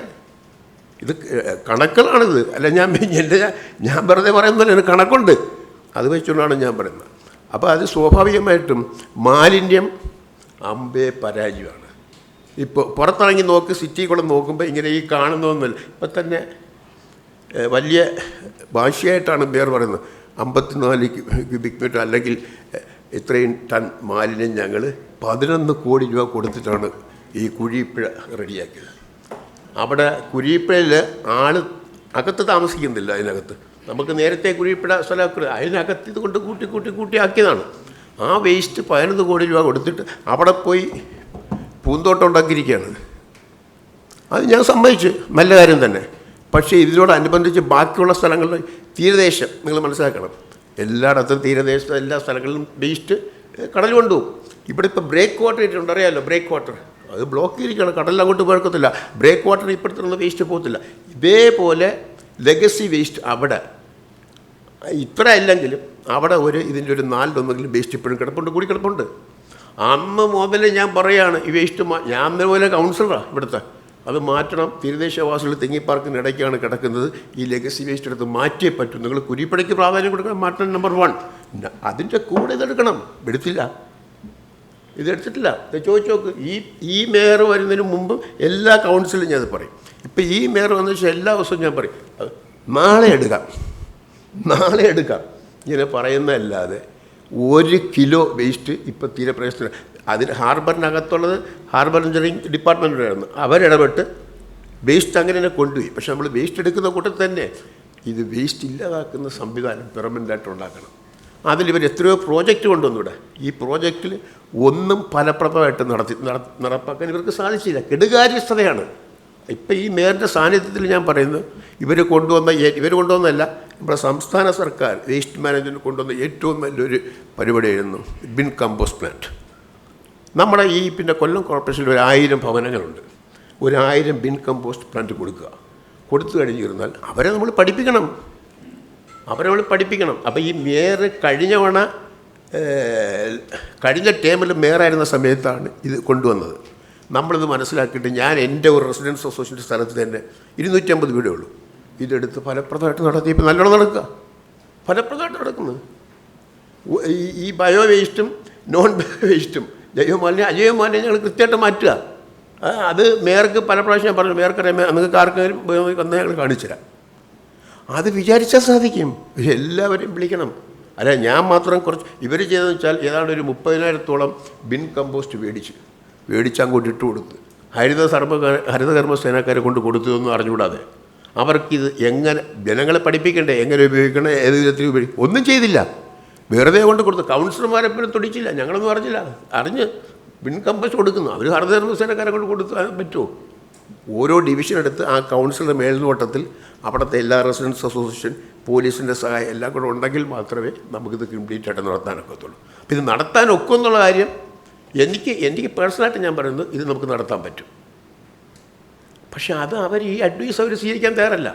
അവർക്ക് അവരുടെ ഒരു അഡ്വൈസുണ്ട്. അതാണ് അങ്ങനെ പോകുന്നതുകൊണ്ടാണ് ഇത്. അങ്ങനെ പോയാലൊന്നും ഈ കോർപ്പറേഷനിൽ സ്വാഭാവികമായിട്ട് നടത്തിയെടുക്കാൻ വളരെ പ്രയാസം. പ്രസംഗിക്കാവുന്നല്ലാതെ കോർപ്പറേഷൻ്റെ വേസ്റ്റ് മാറാൻ പോകുന്നില്ല. അപ്പോൾ വേസ്റ്റ് കംപ്ലീറ്റായിട്ട് മാറ്റുന്നതിന് തീർച്ചയായിട്ടും ഒരു സ്ഥിരമായിട്ടുള്ളൊരു പരിപാടി വരണം. ഇതുപോലെ തന്നെ അഷ്ടമുടിക്കാൽ ഇപ്പോൾ പറഞ്ഞല്ലോ മേയർ, അഷ്ടമുടിക്കാലിൽ നടക്കുന്നത്. അഷ്ടമുടിക്കാലിൻ്റെ ആദ്യത്തെ ഒരു മീറ്റിംഗ് കൊണ്ട് ഞാൻ പോയതാണ്. വലിയ താല്പര്യമുണ്ട് എനിക്ക് അഷ്ടമുടിക്കായൽ ക്ലീൻ ചെയ്തെടുക്കണമെന്ന്. നമ്മൾ പുറത്തൊക്കെ പോയി പല സ്ഥലങ്ങളിലും പോയി കണ്ടിട്ടുള്ള അവിടുത്തെ അവിടെ നിന്ന് വെള്ളം കോരി കുടിക്കുക, വലിയ ലയിക്കുന്നില്ല, ആ രീതിയിൽ തെളിഞ്ഞ് നല്ല ശുദ്ധമായ വെള്ളമാണ് വരുന്നത്. ഇവിടെ വന്ന് നോക്കി അഷ്ടമുടിക്കാലിൽ നമ്മൾ ബേസിക്കായിട്ട് ചെയ്യേണ്ട 3 കാര്യങ്ങൾ തീരുമാനമെടുത്താണ്. ഇപ്പോൾ അഷ്ടമുടിക്കാലുള്ള അഷ്ടമുടിക്കാലിൻ്റെ 3-2 ഉള്ളൂ. 3 എൻക്രോച്ച്മെൻറ്റിൽ പോയി അതൊന്നും നമുക്കൊന്നും ചെയ്യാൻ പറ്റുകയില്ല. ശരി, ഈ 3-2 സംരക്ഷിക്കണമല്ലോ. അത് സംരക്ഷിക്കാൻ നമ്മൾ എന്ത് ചെയ്യണമെന്ന് വെച്ചാൽ അഷ്ടമുടിക്കാലിൻ്റെ ചുറ്റും, ഇതാണ് ആദ്യത്തെ തീരുമാനം. അഷ്ടമുടിക്കാലിൻ്റെ ചുറ്റും നമ്മൾ പിന്നെ നമ്മൾ മറൈൻ ഡ്രൈവ് എന്ന് പറയുന്നത് അഷ്ടമുടി ലേക്ക് ഡ്രൈവ് എന്ന് പറഞ്ഞ് വലിയ പാതയിൽ ഒരു ലേക്ക് ഡ്രൈവ് ഉണ്ടാക്കുക. വലിയ വീതിയുള്ള പാതയായിരിക്കണം. നമ്മളത് ടൂറിസത്തിനെ കൂടെ ബന്ധപ്പെടുത്തിയാണ് പറയുന്നത്. അങ്ങനെ ഒരു അഷ്ടമുടി ഉണ്ടാക്കി കഴിയുകയും ഇപ്പോഴും നമ്മൾ ഉദ്ദേശിക്കുന്ന ഈ പറയുന്ന ബിൻ കമ്പോസ്റ്റ് പ്ലാന്റ് വേറെ കൂടുതലൊന്നും പോകണ്ട, ബിൻ കമ്പോസ്റ്റ് പ്ലാന്റ് മതി. അത് എഫക്റ്റീവായിട്ട് അഷ്ടമുടിക്കാലിൻ്റെ ക്യാച്ച്മെൻറ്റ് ഏരിയ ഉണ്ട്. ആ ക്യാച്ച്മെൻറ്റ് ഏരിയയിൽ മൊത്തം നമ്മൾ ഈ 3 കാര്യങ്ങൾ, ദ്രവമാലിന്യ സംസ്കരണം, ജൈവമാലിന്യ സംസ്കരണം, ഇത് 3 കൃത്യമായിട്ട് നടത്തിയാൽ അഷ്ടമുടിക്കായൽ കാലൊക്കെ വേണം ക്ലീൻ ആകും. അതിൻ്റെ കോളി ബാക്ടീരിയ ഉണ്ട് അഷ്ടമുടിക്കാൽ അളക്കുന്നത്. ഇപ്പം തന്നെ ഇവർ ഇത് കോരി കളഞ്ഞപ്പോഴത്തെ ഈ കോളി ബാക്ടീരിയ കുറച്ച് കുറഞ്ഞിട്ടുണ്ട്. തോക്കട്ടെ, അല്ലെങ്കിൽ അല്ലെന്ന് പറ. കുരിപ്പട കിടക്കുന്ന അതായിരുന്നു അഷ്ടമുടിക്കായലിൻ്റെ കോളി ബാക്ടീരിയ കൂടാണ്ട്. ഈ കോളി ബാക്ടീരിയ എന്ന് പറയുന്നത് കുറഞ്ഞെങ്കിൽ മാത്രമേ ഇത് പുറത്ത് നമ്മുടെ ചിത്രം വന്നെങ്കിൽ മാത്രമേ ഫോറിൻ ടൂറിസ്റ്റുകൾ വരത്തുള്ളൂ. അല്ല ഇവിടെ മെട്രോയും കിട്ടണമെന്നെല്ലാം പ്രസംഗിക്കാമെന്നില്ല. അവിടെ ആൾക്കാരൊന്നും ഓടി വരത്തില്ല ഈ കായൽ കണ്ടാൽ. നമുക്ക് നിങ്ങളാരെങ്കിലും പോയാൽ നമുക്ക് അഷ്ടമുടിക്കായലിൻ്റെ നമുക്ക് ഈ പ്രസിഡൻഷ്യൽ ട്രോഫിയൊക്കെ നടക്കുമ്പോൾ നമ്മൾ നോക്കുന്നതാണ്. അവിടെ പോയി നോക്കി കുറെ പ്രാവശ്യം ക്ലീൻ ചെയ്താണ്. 2 ദിവസം നിൽക്കും, പിന്നെ അങ്ങ് എന്ത് ചെയ്താലും ഇവർ കുറേ കാര്യങ്ങളൊക്കെ കുറച്ച് കാശ് കോടിക്കണക്കിന് രൂപ അതിന് ചിലവാക്കിയിട്ടുണ്ട്. അതെല്ലാം വേസ്റ്റായിട്ട് പോകുന്നതല്ലാതെ എഫക്റ്റീവായിട്ടൊന്നും നടക്കില്ല. ഇത്തരം കാര്യങ്ങൾ ക്ലീനായിട്ട് ചെയ്ത് അഷ്ടമുടിക്കായൽ ഒരു 25 വർഷം കൊണ്ട് ക്ലീൻ ചെയ്താൽ മതി. നമ്മൾ അടുത്ത തലമുറ അന്നേരം നല്ല ഈ അഷ്ടമുടിക്കായലായിട്ട് മാറ്റിയെടുക്കണ്ടേ? അതിനുള്ള കാര്യങ്ങൾ. അപ്പം ഞാൻ ചുരുക്കി പറഞ്ഞാൽ നമ്മുടെ കോർപ്പറേഷനിൽ ഒരു ദീർഘവീക്ഷണത്തോടെയുള്ള നല്ല പ്രവൃത്തികളൊന്നും നടക്കുന്നില്ല എന്നുള്ളതാണ് എൻ്റെ പ്രധാനപ്പെട്ട ഒരു സംഗതി. അപ്പോൾ അതുകൊണ്ട് നമുക്ക് പറ്റുന്നതെന്താണെന്ന് വെച്ചാൽ വളരെ ബുദ്ധിമുട്ടുണ്ട്. നമുക്കൊന്ന് കൗൺസിലർമാരൊക്കെ വരുന്നു, ഇരിക്കുന്നു, ചെറിയ അഭിപ്രായങ്ങളൊക്കെ പറയുന്നു എന്ന് പോകുന്നതല്ലാതെ ഇവർ പ്രധാനമായിട്ടും എൻ്റെ ഒരു പറയാനുള്ളത്, ഇവർ ആരുടെ ടെക്നിക്കൽ എക്സ്പേർട്സ് ഉണ്ട്, അവരെ വിളിച്ച് പ്രധാനപ്പെട്ട കൗൺസിലർമാരെ വിളിച്ച് ഇപ്പോൾ അഷ്ടമുടിക്കാരൻ അങ്ങനെ ഒരു മീറ്റിംഗ് നടന്നു. പക്ഷേ പറയുന്നൊന്നും ചെയ്തില്ല. അഷ്ടമുടിക്കാരൻ ഒരു മീറ്റിംഗ് നടന്നില്ലെന്ന് ഞാൻ പറയുന്നില്ല, പറയുന്നൊന്നും ചെയ്യണ്ടേ? അവിടെ ഈ അഷ്ടമുടിക്കായലിലുള്ള ചുറ്റുമുള്ള ആൾക്കാരിൽ ഈ മാലിന്യ സംസ്കരണം മൊത്തത്തിൽ എഫക്റ്റായിട്ട് നടത്തി കഴിഞ്ഞെങ്കിൽ ഇത് വരത്തുള്ളൂ. ഉടനെ നടത്തണ്ട, പിന്നീട് ആയാലും മതി. അത് നടക്കത്തില്ല. ഇവർ പോയിക്കൊണ്ട് അഷ്ടമുടിക്കായലിൻ്റെ അതിൻ്റെ അരികൊക്കെ ശരിയാക്കി കൊടുക്കുന്നുണ്ട്. കുറേ ആൾക്കാരെ കൊണ്ട് ഈ അജൈവമാലിന്യം കിടക്കുന്നതെല്ലാം വാരിക്കൊണ്ട് പോകുന്നുണ്ട്. ഒരു പ്രയോജനമില്ല. അത് പിന്നെയും വരും. അഷ്ടമുടിക്കാരെന്ന് പറഞ്ഞാൽ വളരെ വിശാലമായ ഒരു കാര്യമാണ്. ഒരുപാട് സ്ഥലത്തു നിന്നുള്ള മാലിന്യങ്ങൾ തോട് വഴി ഇവിടെ വന്ന് കൂടി കിടക്കും. ഇദ്ദേഹത്തിൻ്റെ ഡിവിഷനിൽ തന്നെ ഞാൻ മനസ്സിലാക്കുന്നത് ഒരു തോട് വഴി വരുന്ന വെള്ളം എത്ര വർഷമായി കൗൺസിലറായിട്ട് ഒന്നും ചെയ്യാൻ പറ്റിയിട്ടില്ല. ഇപ്പോഴവിടെ പണി നടന്നിട്ടിരിക്കുകയാണ്. ഓക്കെ. അപ്പം ഞാൻ അവിടെ വൈൻഡ് അപ്പ് ചെയ്യാം. അപ്പം എനിക്ക് ഇനിയിപ്പോൾ ഒരുപാട് കാര്യങ്ങൾ പറയാനുണ്ടെങ്കിലും ഒരുപാട് കാര്യങ്ങൾ പറയാനുണ്ടെങ്കിലും അപ്പം ഞാൻ പറഞ്ഞ 2-3 കാര്യങ്ങളിലേ ഞാൻ ഫോക്കസ് ചെയ്തിട്ടുള്ളൂ. എല്ലാ വിഷയത്തിലും എനിക്കിതേപോലെ പറയാനുണ്ട്. അത് ചുരുക്കി പറഞ്ഞു കഴിഞ്ഞില്ല. ഒരു കാര്യം കൂടെ ഞാൻ പറഞ്ഞു നിർത്താം. നമുക്ക് അഷ്ടമുടിക്കായാലും അറേബ്യൻ കടലൊക്കെ ടൂറിസത്തിന് കൊല്ലത്ത് വേറെ മാർഗമൊന്നുമില്ല, ഡെവലപ്പ് ചെയ്യാവുന്നൊരു സംഗതിയാണ്. ഈ അഷ്ടമുടിക്കായലിനകത്ത് ഇപ്പം നിങ്ങൾക്കറിയാം, ഇവിടെ നിന്ന് നമ്മുടെ ഇവിടെ ഈ KSRTC നടന്നൊരു പാലം പണിത് അഷ്ടമുടിക്കായലിൽ അങ്ങോട്ട് പോയിട്ടുണ്ട്. സ്വാഭാവികമായിട്ടും കോർപ്പറേഷന് വലിയ ഉത്തരവാദിത്വം, കോർപ്പറേഷൻ പണിതില്ലെങ്കിൽ ഇപ്പോൾ ഒരു ഉത്തരവാദിത്വമുണ്ട്. അതെന്താണെന്ന് മനസ്സിലാക്കി അതിൻ്റെ കാര്യങ്ങൾ പറയാനായിട്ട് അവർ ചെയ്തില്ല. അത് വെറുതെ അവിടെ പോയി നിൽക്കുക. എന്തിനാണത്? പല എക്സ്പേർട്സും വന്നത് പൊളിക്കണമെന്ന് പറഞ്ഞു ഒരുപാട് ദൂഷ്യങ്ങൾ ആ കൺസ്ട്രക്ഷൻ ഉണ്ടാക്കും. ഇപ്പം അവിടെ ചെന്നിട്ട് എങ്ങോട്ട് പോകണമെന്ന് അറിയാൻ വയ്യ. അതിൻ്റെ കാരണം വെച്ചാൽ എക്സ്പേർട്സിനെ വിളിച്ചാൽ ഓലയിൽ കടവിൽ അതാ ഇവിടെ നിന്ന് നേരെ അപ്പുറത്ത് ഓലയിൽ കടവിൽ കൊണ്ടുപോകാനായിട്ട്, ഓലയിൽ കടവിൻ്റെ അപ്പുറത്തൊരു കടവുണ്ട് നമ്മുടെ ഈ ആനന്ദവരീശ്വരൻ ഇറക്കിപ്പോകുന്നത്. അവിടെ ചെന്ന് ചേരണമെന്നുള്ളതാണ് നമ്മുടെ പ്രധാനപ്പെട്ട ലക്ഷ്യമായിരുന്നു. പക്ഷെ അത് നടന്നില്ല. അത് തന്നെ ഒരു അട്ടർ ഫെയിലറാണ്. കാരണം ഈ മാലിന്യ പ്രശ്നമായിട്ട് ബന്ധപ്പെട്ടുള്ള പ്രശ്നങ്ങൾ ഞാൻ 5 വർഷം കൊണ്ട് കേട്ടുകൊണ്ടിരിക്കുകയാണ്. പക്ഷേ ഇതുവരെയും യാതൊരു പരിഹാരവുമില്ല. ഈ അവസാന നിമിഷവും ഈ പ്രസ് ക്ലബ്ബിൽ വന്നിരുന്നും ഈ പ്രസ് ക്ലബ്ബിൽ വന്നിട്ടും ഈ കട്ടിൽ സാർ അത് തന്നെയാണ് ഈ പറഞ്ഞുകൊണ്ടിരിക്കുന്നത്. അപ്പോൾ അതിനകത്ത് തന്നെ അറിയാം നമുക്ക് ഈ 5 വർഷം കൊണ്ട് മാലിന്യ പ്രശ്നത്തിൽ കോർപ്പറേഷൻ ഏത് തരത്തിൽ മുന്നോട്ട് പോയെന്നുള്ളത്. നമുക്കറിയാം നമ്മുടെ ജീവിതത്തിൻ്റെ ഭാഗമാണ് ഈ അടിസ്ഥാനപരമായിട്ട് കേൾക്കാവോ? കുഴപ്പമില്ല. ശരി. അപ്പോൾ അടിസ്ഥാനപരമായിട്ട് നമ്മുടെ ജനജീവിതത്തെ ബാധിക്കുന്ന പ്രശ്നങ്ങൾ എന്തൊക്കെയാണെന്നും, ഈ മാലിന്യ പ്രശ്നം ഗുരുതരമായിട്ടൊരു പ്രശ്നമാണെങ്കിലും നമുക്കറിയാം നമ്മുടെ ജനജീവിതത്തെ സാരമായി ബാധിക്കുന്ന ധാരാളം വിഷയങ്ങളുണ്ട്. അതിലൂടെ നമുക്ക് നല്ല റോഡുകൾ വേണം, അതോടൊപ്പം തന്നെ നമുക്ക് കുടിവെള്ളത്തിൻ്റെ പ്രശ്നമുണ്ട്, അതേപോലെ തന്നെ അതിലൊന്നാണ് നമുക്ക് ഈ മാലിന്യ പ്രശ്നം എന്ന് പറയുന്നത്. മാലിന്യ പ്രശ്നം വളരെ ഗുരുതരമായിട്ടുള്ള പ്രശ്നം തന്നെയാണ്. മാലിന്യ പ്രശ്നം നമ്മൾ ഇതൊക്കെ പറയുന്നുണ്ടെങ്കിലും നമ്മൾ പറഞ്ഞ കുരിപ്പടിയിൽ ഇത്രത്തോളം കാര്യങ്ങൾ അവിടുന്ന് പഴയ മാലിന്യങ്ങൾ, ഈ മാലിന്യങ്ങളെല്ലാം ഇവിടെ നിന്നൊന്നും വന്നെന്നുള്ള കാര്യം നമ്മൾ ശ്രദ്ധിക്കണം. ഈ കഴിഞ്ഞ 25 വർഷക്കാലം നമ്മൾ കോർപ്പറേഷൻ ഭരിച്ചു, അതിന് മുമ്പ് നഗരസഭ ഭരിച്ചു. ഈ കാലങ്ങളിലുണ്ടായിരുന്ന ഭരണസമിതി കൃത്യമായിട്ട് പറഞ്ഞാൽ മാലിന്യ സംസ്കരണത്തിൽ കൃത്യമായ നടപടികൾ എടുക്കാതെ ഈ മാലിന്യങ്ങൾ മുഴുവൻ ഒരു കുരിപ്പുഴ എന്ന് പറയുന്ന ഒരു നിവാസികളുടെ ജീവിതത്തെ പോലും സാരമായി ബാധിക്കുന്ന രീതിയിൽ കൊണ്ടുവന്ന് അവിടെ ഡംപ് ചെയ്ത് അവസാനം യാതൊരു നിവൃത്തിയുമില്ലാതെ അവിടെ നിന്ന് എടുത്തു മാറ്റേണ്ട ഒരു സ്ഥിതി ഉണ്ടായി. അപ്പോൾ ഇതിൻ്റെ യഥാർത്ഥമായിട്ട് കാരണക്കാരെന്ന് പറയുന്നത് അന്ന് മുതൽ ഭരിക്കുന്ന ഭരണാധികാരികൾ തന്നെയാണ് ഈ മാലിന്യ പ്രശ്നത്തിൻ്റെ കുരിപ്പുഴയിലെ പ്രധാന പ്രശ്നം. ആ മാലിന്യങ്ങൾ എടുത്തു മാറ്റിയെന്ന് പറയുന്നത് വലിയ കാര്യമായിട്ടാണ് അവരെല്ലാം സൂചിപ്പിക്കുന്നത്. നമുക്കറിയാം കുരിപ്പുഴയിലെ ചണ്ടി നിവാസികൾ നിരന്തരമായി നടത്തിയ സമര പരിപാടികൾ അവിടുത്തെ. കാരണം അവർക്ക് ജീവിക്കാൻ വയ്യ, കുടിവെള്ളത്തിന് പോലും പ്രശ്നം, അവർക്ക് ഒന്നിനും പറ്റുന്നില്ല, ജീവിക്കാൻ പറ്റുന്ന കുട്ടികളുടെ ഭാവിയെക്കുറിച്ചുള്ള പ്രശ്നം. ഒരാൾക്ക് ഒരു കല്യാണാലോചന പോലും വന്നു കഴിഞ്ഞാൽ ആ പ്രദേശത്ത് കല്യാണം പോലും നടക്കാൻ പറ്റാത്ത ഒരു സാഹചര്യത്തിൽ ഉണ്ടായിരുന്ന ഒരു സ്ഥലത്ത് നിന്ന് ഇത്രത്തോളം മാറിയെന്ന് പറയുമ്പോൾ നമ്മൾ അന്ന് കേട്ട ഒരു ആരോപണം നമ്മൾ ഇതിന് കൃത്യമായിട്ട് എടുത്തു പറയേണ്ടതുണ്ട്. കാരണം ഇതുമായിട്ട് ബന്ധപ്പെട്ടുകൊണ്ട് കൊണ്ടുപോയ ഈ ലോഡുകളുടെ എണ്ണത്തിൽ തന്നെ അന്ന് വലിയൊരു ആരോപണം അന്ന് ഉയർന്നിരുന്നു. എണ്ണത്തിൽ ഒരുപാട് വർധനവാണ് ഉണ്ടായിരിക്കുന്നത്. അത്രയും ടൺ മാലിന്യങ്ങൾ മാറ്റിയെന്ന് പറയുന്നത് അത്രയും ടൺ മാലിന്യങ്ങൾ ഇല്ലായിരുന്നു, കൂടുതൽ ചെയ്തു. അവർ കൂടുതൽ പ്രോഫിറ്റ് കിട്ടുന്ന രീതിയിൽ ആ ഒരു രീതിയിൽ കാര്യങ്ങൾ ചെയ്തു വന്നു. പക്ഷേ മാലിന്യ പ്രശ്നം നമ്മൾ പറയുമ്പോൾ നമ്മൾ ഏറ്റവും കൂടുതൽ ചിന്തിക്കേണ്ട കുറേ കാര്യങ്ങൾ നമ്മൾ ചിന്തിക്കണം. നേരത്തെ ഇവിടെ സൂചിപ്പിച്ചു ഹരിതകർമ്മസേന ശേഖരിക്കുന്ന മാലിന്യങ്ങൾ. നിങ്ങൾ ഇവിടെ ഇരിക്കുന്നവർ ഇവിടുന്ന് ഇറങ്ങിയ ശേഷം നമ്മുടെ ഡിവിഷനുകളിൽ ഒന്ന് ചിന്തിച്ച് നോക്കണം. എല്ലാ മുക്കിനും മൂലയിലും പ്ലാസ്റ്റിക്കുകൾ അടുക്കി കൂട്ടി ഇലക്ട്രിക് പോസ്റ്റുകളുടെ കീഴിൽ കൊണ്ടുവച്ചിരിക്കുക. ഈ പ്ലാസ്റ്റിക്കുകൾ കൃത്യസമയത്ത് ശേഖരിക്കുന്ന പ്ലാസ്റ്റിക്കുകൾ 70 രൂപ കൊടുത്ത് അല്ലെങ്കിൽ സ്ഥാപനങ്ങളിൽ നിന്ന് ശേഖരിക്കുന്ന പ്ലാസ്റ്റിക്കുകൾ കൃത്യസമയത്ത് അത് എത്തിക്കേണ്ട സ്ഥലത്ത് കൊണ്ടുവന്ന് അതേപോലെ RRTയിലോ എവിടെയെങ്കിലും കൊണ്ടുവന്ന് മാറ്റണം എന്നൊരു ചിന്ത പോലും ഇല്ലെങ്കിൽ പിന്നെ എന്താണ് മാലിന്യ പ്രശ്നത്തിലെ ഈ സംസ്കരണം കൊണ്ട് അവർ ഉദ്ദേശിക്കുന്നത് നമുക്ക് മനസ്സിലാവുന്നില്ല. കൃത്യമായിട്ട് പറഞ്ഞാൽ ഈ മാലിന്യമായിട്ട് ബന്ധപ്പെട്ടുകൊണ്ട് ഈ ചാക്കുകെട്ടുകൾ അവിടെ കൊണ്ടുവച്ചിരിക്കുന്ന ഈ ചാക്കുകെട്ടുകൾ കിടക്കുന്നിടത്തെല്ലാം മറ്റുള്ളവർ കൂടി കൊണ്ടുവന്ന് മറ്റുള്ള വേസ്റ്റുകളോട് കൊണ്ടിട്ട് ആകപ്പാട് തെരുവുനായുടെ പ്രശ്നം. നമുക്കറിയാം തെരുവുനായുടെ പ്രശ്നം തന്നെ ഇവിടെ വളരെ രൂക്ഷമാണ്. ഞാൻ മാലിന്യത്തിലേക്ക് വരാം. ഞാൻ പറയാം മാലിന്യത്തിൻ്റെ കാര്യങ്ങൾ പറയുക. നമുക്ക് ഈ അഷ്ടമുടിക്കായൽ ശുചീകരണമായിട്ട് ഇവിടെ വളരെ ഇതായിട്ട് സംസാരിച്ചു. ഈ അഷ്ടമുടിക്കായൽ ശുചീകരണമായിട്ട് ബന്ധപ്പെട്ടുകൊണ്ട് ഇങ്ങനെ ഒരു പ്രപ്പോസൽ വരുന്ന സമയത്ത് നമ്മളൊരു കാര്യം ആവശ്യപ്പെട്ടു. ആത്മാർത്ഥതയോടെയാണ് നിങ്ങൾ അഷ്ടമുടിക്കായൽ ശുചീകരണ പ്രവർത്തനങ്ങളുമായിട്ട് മുന്നോട്ട് പോകുന്നുണ്ടെങ്കിൽ അഷ്ടമുടിക്കായലിലേക്ക് അടിത്തട്ടിലൂടെ മാലിന്യ കൈവഴികൾ വന്നായിരുന്നു. ജില്ലാ ആശുപത്രി അതേപോലെ തന്നെ മറ്റുള്ള സ്ഥാപനങ്ങളുടെ ഒരുപാട് കൈവഴികൾ നമ്മുടെ ഈ അഷ്ടമുടിക്കായലിൻ്റെ അടിത്തട്ടിലൂടെ കൈവഴിലൂടെ വന്ന് അഷ്ടമുടിക്കായലിലേക്ക് മാലിന്യങ്ങൾ വന്നു ചേരുന്നു. ഈ മാലിന്യ കൈവഴികൾ അടയ്ക്കാനുള്ള മാർഗ്ഗമാണ് ആദ്യം ചെയ്യേണ്ടത്. അല്ലാതെ നമ്മൾ ഈ അഷ്ടമുടിക്കായലുമായിട്ട് ബന്ധപ്പെട്ടുകൊണ്ട് എന്തൊക്കെ നമ്മൾ തലകുത്തി എന്ത് ചെയ്തെന്ന് പറഞ്ഞാലും യാതൊരു പ്രവർത്തനവും അതിനുമായിട്ട് ബന്ധപ്പെട്ടുള്ള ഒരു പ്രവർത്തനം നേരാമണ്ണം പോകില്ല. കാരണം നമ്മൾ ഇന്നിപ്പം നമ്മൾ ഇത് പറയുന്ന കണക്ക് ഡെയിലി വൃത്തിയാക്കുന്നു എന്ന് പറയും. ഈ ഡെയിലി വൃത്തിയാക്കുന്നതനുസരിച്ച് രാവിലെ വൃത്തിയാക്കുകയാണെങ്കിൽ വൈകിട്ട് ആ കായലിലേക്ക് പോയി നോക്കുകയാണെന്നുണ്ടെങ്കിൽ അതിൻ്റെ മേൽത്തട്ട് മൊത്തം ഇതേപോലെ മാലിന്യങ്ങൾ കിടക്കുക.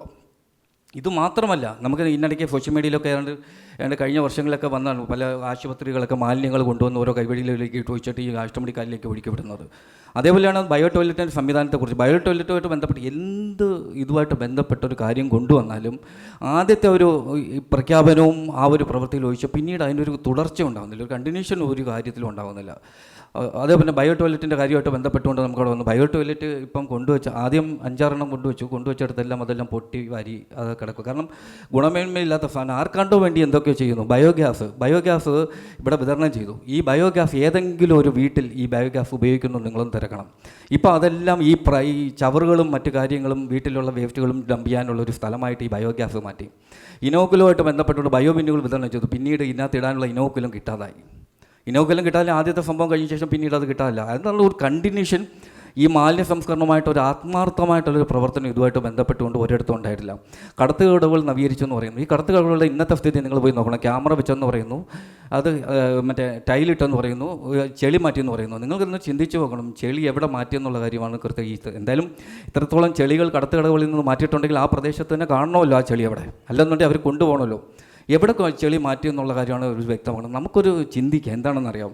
നമ്മുടെ കോർപ്പറേഷനിൽ തന്നെ അതിന് മതിയായിട്ടുള്ളൊരു എഞ്ചിനീയറിംഗ് സംവിധാനം വളരെ പ്രഗത്ഭരായിട്ടുള്ള ആൾക്കാരെ കൊണ്ടെന്ന് പറയുന്ന കോർപ്പറേഷൻ ഈ ഒരു സംവിധാനത്തിന് ഒരു മോണിറ്ററിംഗ് സംവിധാനം പോലും ഇല്ലാതെ തീരദേശ വികസന കോർപ്പറേഷൻ പറ്റിയ കേവലം എനിക്കൊന്ന് ഉദ്യോഗസ്ഥന്മാർ 2 ഉദ്യോഗസ്ഥന്മാരെ കണ്ട കൊല്ലത്തുള്ളത് തീരദേശ കോർപ്പറേഷനും.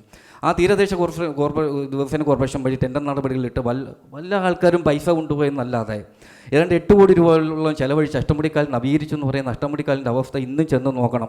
നമ്മുടെ ആ പുളിയക്കോവിൽ സെൻറ്റ് മേരീസ് സ്കൂളിൻ്റെ ആ ഭാഗത്ത് അതേപോലെ ഒരുപാട് ഭാഗത്ത്. അതേപോലെ ഇവിടെ നമ്മുടെ ആദരണീയമായിട്ടുള്ള മേയറുടെ ഡിവിഷനിൽ തന്നെ പുള്ളിക്കടയിലെ കാര്യം ഇപ്പോൾ മാധ്യമങ്ങളിലൊക്കെ നിത്യേന എന്നുള്ള ചർച്ചാ വിഷയമാണ്. അവരൊക്കെ എന്ന് പറഞ്ഞാൽ എത്രയോ കാലം കൊണ്ട് ഇവിടെ ജീവിക്കുന്ന ആൾക്കാരാണ്. അവരെ എപ്പോഴും ഈ റെയിൽവേയുടെ കാര്യം വന്ന് ഭയപ്പെടുത്തുക. യഥാർത്ഥത്തിൽ അവരെ പുനരധിവസിപ്പിക്കേണ്ട ചുമതല കോർപ്പറേഷനുള്ളതാണ്. നമ്മൾ എന്തിനാണ് റെയിൽവേ കുറ്റപ്പെടുത്തുന്നത്? നമ്മൾ എന്തിനാണ് മറ്റുള്ളവരുടെ തലയിൽ കൊണ്ടുവന്ന് ഇത് വെക്കേണ്ട കാര്യം? അപ്പോൾ അത് നമ്മുടെ കോർപ്പറേഷനിൽ നിവസിക്കുന്ന ആൾക്കാരെ സംബന്ധിച്ചുള്ള അവരെ പുനരധിവസിക്കേണ്ട ഒരു ചുമതല നമുക്കുള്ളതാണ്. നമ്മളിപ്പം അവർ മനുഷ്യരാണെന്നുള്ളൊരു ചിന്ത നമ്മുടെയൊക്കെ മനസ്സിൽ ഉപബോധ മനസ്സിലുണ്ടെന്നുണ്ടെങ്കിൽ തീർച്ചയായിട്ടും ഇത്തരക്കാരെയൊക്കെ നമുക്ക്, കാരണം പുള്ളിക്കടയിലേക്ക് അവസ്ഥ എന്നുള്ളത് ഒരു വല്ലാത്ത അവസ്ഥയാണ്. കാര്യം ആ മാധ്യമങ്ങളിലൂടെയൊക്കെ ആ അമ്മമാരൊക്കെ പറഞ്ഞ കാര്യങ്ങളൊക്കെ ഞാൻ കേട്ടതെന്ന് പറഞ്ഞാൽ വളരെ സങ്കടത്തോടു കൂടി കേട്ട കാര്യങ്ങളാണ്. അതേപോലെ മണിച്ചോട്ട് ഈ അടുത്ത സമയത്താണ് അവിടെ ഇത് നമ്മുടെ മാലിന്യങ്ങൾ നീക്കുന്നതുമായിട്ട് ബന്ധപ്പെട്ടുള്ള കാര്യങ്ങളൊക്കെ ഇപ്പോൾ ഈ അടുത്ത സമയത്ത് അതുമായിട്ട് ബന്ധപ്പെട്ടുള്ള നടന്നത്. അപ്പോൾ കൃത്യമായിട്ടുള്ള സംവിധാനമില്ല. നമുക്കറിയാം, നേരത്തെ ഇവിടെ പറഞ്ഞ ഫ്ലോട്ടർ ഹൗസിൻ്റെ കാര്യം. ഫ്ലോട്ടർ ഹൗസൊക്കെ എത്രയോ കാലമായി നമുക്ക് പണിതിട്ടിരിക്കുന്നു. അതിൻ്റെ ഒരു കെട്ടിടം കിട്ടി ഉപകരണങ്ങൾ വാങ്ങി അത് തുരുമ്പെടുത്ത് നശിച്ചു പോകുന്നതിനപ്പുറത്തേക്ക് ആ ഫ്ലോട്ടർ ഹൗസിൻ്റെ പ്രവർത്തനം കൃത്യമായിട്ട് നടക്കാത്തത് മൂലം ഈ അറവുമാടുകളെ സകല മുക്കിന് മൂലയിൽ വിട്ട് കശാപ്പ് ചെയ്യാം. കശാപ്പ് ചെയ്യുന്നതിന് എന്താണ്? ലൈസൻസ് വേണ്ട. കാരണം ലൈസൻസ് കൊടുക്കാൻ പറ്റത്തില്ല. കാരണം എന്ന് വെച്ചാൽ കൃത്യമായിട്ട് ഫ്ലോട്ടർ സംവിധാനം ഒരുക്കേണ്ട കോർപ്പറേഷൻ്റെ ബാധ്യതയാണ്. ഈ കോർപ്പറേഷൻ അത് ചെയ്യാത്തത് മൂലം ഇവർക്ക് ലൈസൻസ് ഇല്ലാതെ മുക്കിന് മൂൽക്കൽ ഞാൻ എത്രയോ എടുത്ത് ഇതേപോലെ അവർ വെട്ടിയിട്ട് അവിടെ തന്നെ വേസ്റ്റുകൾ അവിടെ കൊണ്ടിട്ട് എത്ര പ്രാവശ്യം വിളിക്കുമ്പോൾ അവർ പറയുന്നത് ലൈസൻസ് ഇല്ലാതെ പ്രവർത്തിക്കുന്ന സമയം നമുക്ക് എന്ത് നടപടി എടുക്കാൻ പറ്റും? എന്തുകൊണ്ടാണ് എടുക്കാൻ പറ്റാത്തതെന്ന് പറഞ്ഞാൽ ഈ അറവുശാല പ്രവർത്തിക്കാത്തത് മൂലം മുക്കിന് ഈ അറവുമാടുകളെ വെട്ടിയിട്ട് അറവുശാല മാലിന്യങ്ങൾ മുഴുവൻ നമ്മുടെ ജലാശയങ്ങളിൽ, നമ്മുടെ ബൈപ്പാസിൻ്റെ അരികിൽ, റോഡ് ബുക്കുകളിലെല്ലാം കൊണ്ടുവന്ന് ഇടുക. നമ്മൾ ചിന്തിച്ച് നോക്കണം എങ്ങനെയുള്ള അവസ്ഥയാണെന്ന്. വളരെ ഭയാനകമായിട്ടുള്ള ഒരവസ്ഥയല്ലേ? അതേപോലെയാണ് നമ്മൾ ശുചിമുറി മാലിന്യത്തെക്കുറിച്ച്. ശുചിമുറി മാലിന്യത്തിൻ്റെ കെട്ടിടങ്ങൾ എത്രയോ കാലമായി ഇതൊക്കെ കെട്ടിയിട്ടിട്ട് ഇത് ഇങ്ങനെ ആരെയും കുറ്റം പറഞ്ഞു അല്ലെന്നുണ്ടെങ്കിൽ ഒരാളുടെ തോളെ വെച്ച് ഒന്നും പോകേണ്ട ഒരു കാര്യങ്ങൾ ഇതുമായിട്ട് ബന്ധപ്പെട്ടൊന്നുമില്ല. ലൈൻ വലിക്കണമെങ്കിൽ ലൈൻ വലിക്കാനുള്ള ഇച്ഛാശക്തി കാണിക്കണം. നമ്മൾ ഇത്ര സമയത്തിനകത്ത് ഒരു പദ്ധതി ചെയ്ത് തീർക്കണമെന്ന് പറഞ്ഞാൽ ആ സമയത്തിട്ട് എന്തൊക്കെ പ്രതിസന്ധികളുടെ പ്രശ്നങ്ങളുണ്ടായാലും അത് ചെയ്ത് തീർക്കാനുള്ള ഒരു മനസ്സ് അല്ലെന്നുണ്ടെങ്കിൽ അതിനുള്ള ധൈര്യം അല്ല ആർജവം അതിനകത്ത് കാണിക്കണം. അതിനകത്ത് ഒരുപാട് പ്രതിസന്ധികളും ഇതൊക്കെ തരണം ചെയ്യുന്നതിനാണ് ഭരണാധികാരികളുടെ ചുമതലയെന്ന് പറയുന്നത്. അതൊക്കെ തരണം ചെയ്ത് മുന്നോട്ട് പോകുക എന്നുള്ളത്. നമ്മളെ കോർപ്പറേഷൻ നിവാസികളെ സംബന്ധിച്ചിടത്തോളം അത്തരം കാര്യങ്ങളൊന്നും നടക്കുന്നില്ല എന്നുള്ളൊരു കൃത്യമായിട്ടുള്ള വസ്തുതയാണ്.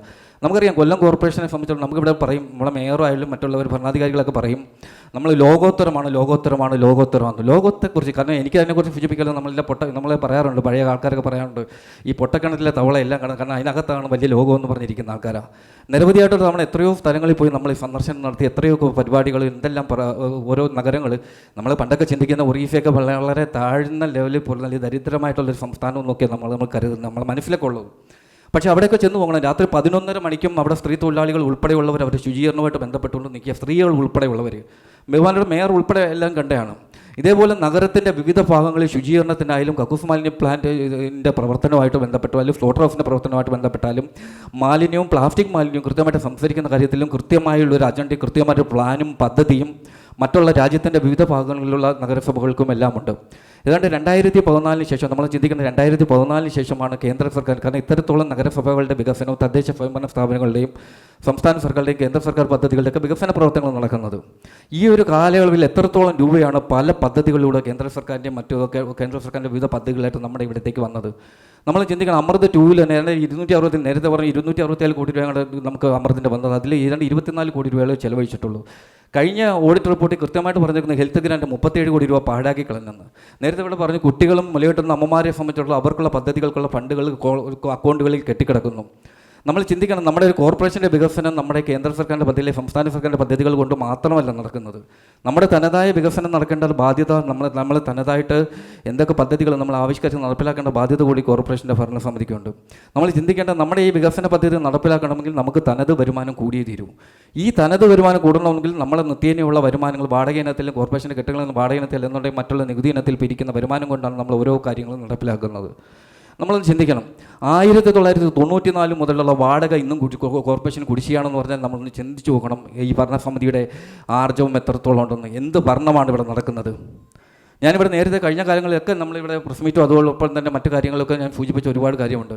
നമ്മളൊരു ഷോപ്പ് നടന്നു വെച്ചാൽ ഒരു സാധാരണ ഷോപ്പുകാരൻ, ഞാനത് അത്രയും വേദനയുള്ളതുകൊണ്ടാണ് ഞാൻ പറയുന്നത്, ഒരു സാധാരണ ഷോപ്പുകാരൻ ഒരു ഷോപ്പ് നടത്തണമെങ്കിൽ 12 മാസത്തെ ഹരിതകർമ്മസേനയുടെ സർട്ടിഫിക്കറ്റും കുടിശ്ശികയെല്ലാം തീർത്ത്, അല്ലെന്നുണ്ടെങ്കിൽ വീട് മെയിൻ്റനൻസിന് ഒരു സാധാരണക്കാരൻ ഒരു വീട് മെയിൻ്റനൻസിൻ്റെ കാലപ്പഴക്കത്തിൻ്റെ സർട്ടിഫിക്കറ്റ് നമ്മൾ സോണൽ ഓഫീസിലോ കോർപ്പറേഷൻ ഓഫീസിലോ ചെന്ന് കഴിഞ്ഞാൽ, അവിടെ ചെന്ന് കഴിഞ്ഞാൽ ആ കുടിശ്ശിക അടയ്ക്കാതെ, അല്ലെന്നുണ്ടെങ്കിൽ ഹരിതകർമ്മസേനയുടെ സർട്ടിഫിക്കറ്റ് ഇല്ലാതെ ലൈസൻസ് കൊടുക്കുകയോ അല്ലെന്നുണ്ടെങ്കിൽ ആ സർട്ടിഫിക്കറ്റ് തരികയോ ചെയ്യാത്ത ഒരു അവസ്ഥയുള്ള കൊല്ലം കോർപ്പറേഷനിൽ ഈ കോടിക്കണക്കിന് കുടിശ്ശിക വരുത്തിയിട്ടുള്ള ഇത്തരം സ്ഥാപനങ്ങൾ എങ്ങനെ പ്രവർത്തിക്കുന്നു? നമ്മൾ ചിന്തിക്കേണ്ട കാര്യമല്ലേ? 4 കോടിയും 2 കോടിയും 1 കോടിയും 50 ലക്ഷമൊക്കെ കുടിശ്ശിക വരുത്തിയിട്ടുള്ള ഇത്തരത്തിലുള്ള സ്ഥാപനങ്ങൾ എല്ലാം വൻകിട സ്ഥാപനം. അപ്പോൾ ആരുടെ ഭാഗത്താണ്? സാധാരണക്കാരായ ജനങ്ങളുടെ ഭാഗത്തു നിന്നാണ് ഇവർ ഭരിക്കുന്നത്, അതോ വൻകിട മുതലാളിമാരുടെ ഭാഗത്താണോ? നമുക്ക് തോന്നുന്നത് എന്താണെന്ന് വെച്ചാൽ, ഇത്തരത്തിലുള്ള 4 കോടി രൂപ ആയിട്ട് അവർ ബിസിനസ് ചെയ്യുമ്പോൾ ഇത്തരത്തിലുള്ള ഫണ്ടുകളും മറ്റുമൊക്കെ ആവശ്യമായിട്ട് വരുന്ന സമയത്ത് അവർ ഉപയോഗിക്കുന്നുണ്ടെന്നാണ് എൻ്റെ ആരോപണം. ഞാൻ എൻ്റെ ഒരു ദൃഷ്ടിയിൽ ഞാൻ പറയുകയാണ്. അപ്പോൾ ഇത്തരത്തിലുള്ള കാര്യങ്ങളാണ് നമ്മുടെ കൊല്ലം കോർപ്പറേഷൻ നടന്നു വരുന്നത്. റോഡുകളുടെ അവസ്ഥ ഒന്ന് ചിന്തിച്ച് നോക്കും. ഏതാണ്ട് പുരാണങ്ങളിൽ പറഞ്ഞിട്ടുള്ള രീതിയിലുള്ള റോഡുകളാണ് ഇപ്പോഴും കൊല്ലം കോർപ്പറേഷൻ അതിർത്തിയുള്ളത്. നമ്മൾ പഞ്ചായത്തുകളിലേക്ക് ഒന്ന് സന്ദർശിക്കണം. അപ്പോൾ അവിടുത്തെ റോഡുകളുടെ അവസ്ഥ ഇപ്പോഴും ഇന്നും 2.5 സെൻറ്റിമീറ്റർ ടാറിങ് എടുക്കുക. അവിടെ കോർപ്പറേഷൻ ടാറിങ് എടുക്കാൻ ആളില്ല. കരാർ വ്യവസ്ഥകൾ, അവിടെ ചെയ്യുന്നത് മുഴുവൻ അലംഭാവവും അഴിമതിയുമാണ്. അവിടെ ഒരു ഗ്രൂപ്പാണ്, ഈ കരാറുകാരെല്ലാവരും ഗ്രൂപ്പാണ്. നമ്മൾ ഈ കോർപ്പറേഷനിലെ തദ്ദേശ സ്വയംഭരണ സ്ഥാപനം അല്ലെങ്കിൽ ഏതെങ്കിലും ഒരു കരാറാവട്ടെ, ടെൻഡർ നടപടികളാവട്ടെ, നമ്മൾ ചിന്തിക്കണം ഏറ്റവും കുറവ് തുക ആരാണോ കോട്ട് ചെയ്യുന്നത് അവർക്കാണ് ഇത് സംഭവിക്കുന്നത്. കൊല്ലം കോർപ്പറേഷൻ അങ്ങനെയല്ല നടക്കുന്നത്. കൊല്ലം കോർപ്പറേഷൻ പറയും, അവരെല്ലാവരും കൂടെ തീരുമാനിക്കും ഇന്നൊരാൾക്ക് നമുക്ക് ഈ കരാറ് കിട്ടണം. അപ്പോൾ എന്താ ചെയ്യേണ്ടത്?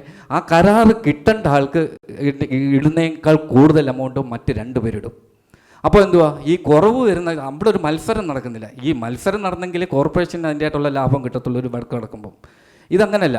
നിനക്ക് ചേരാൻ ഞങ്ങൾ തീരുമാനിച്ചു, അതുകൊണ്ട് നിങ്ങൾക്ക് കിട്ടാൻ വേണ്ടി ഞങ്ങൾ 2 പേര് ഈ രീതിയിലാണ് ഞങ്ങൾ കോട്ട് ചെയ്യുന്നത്.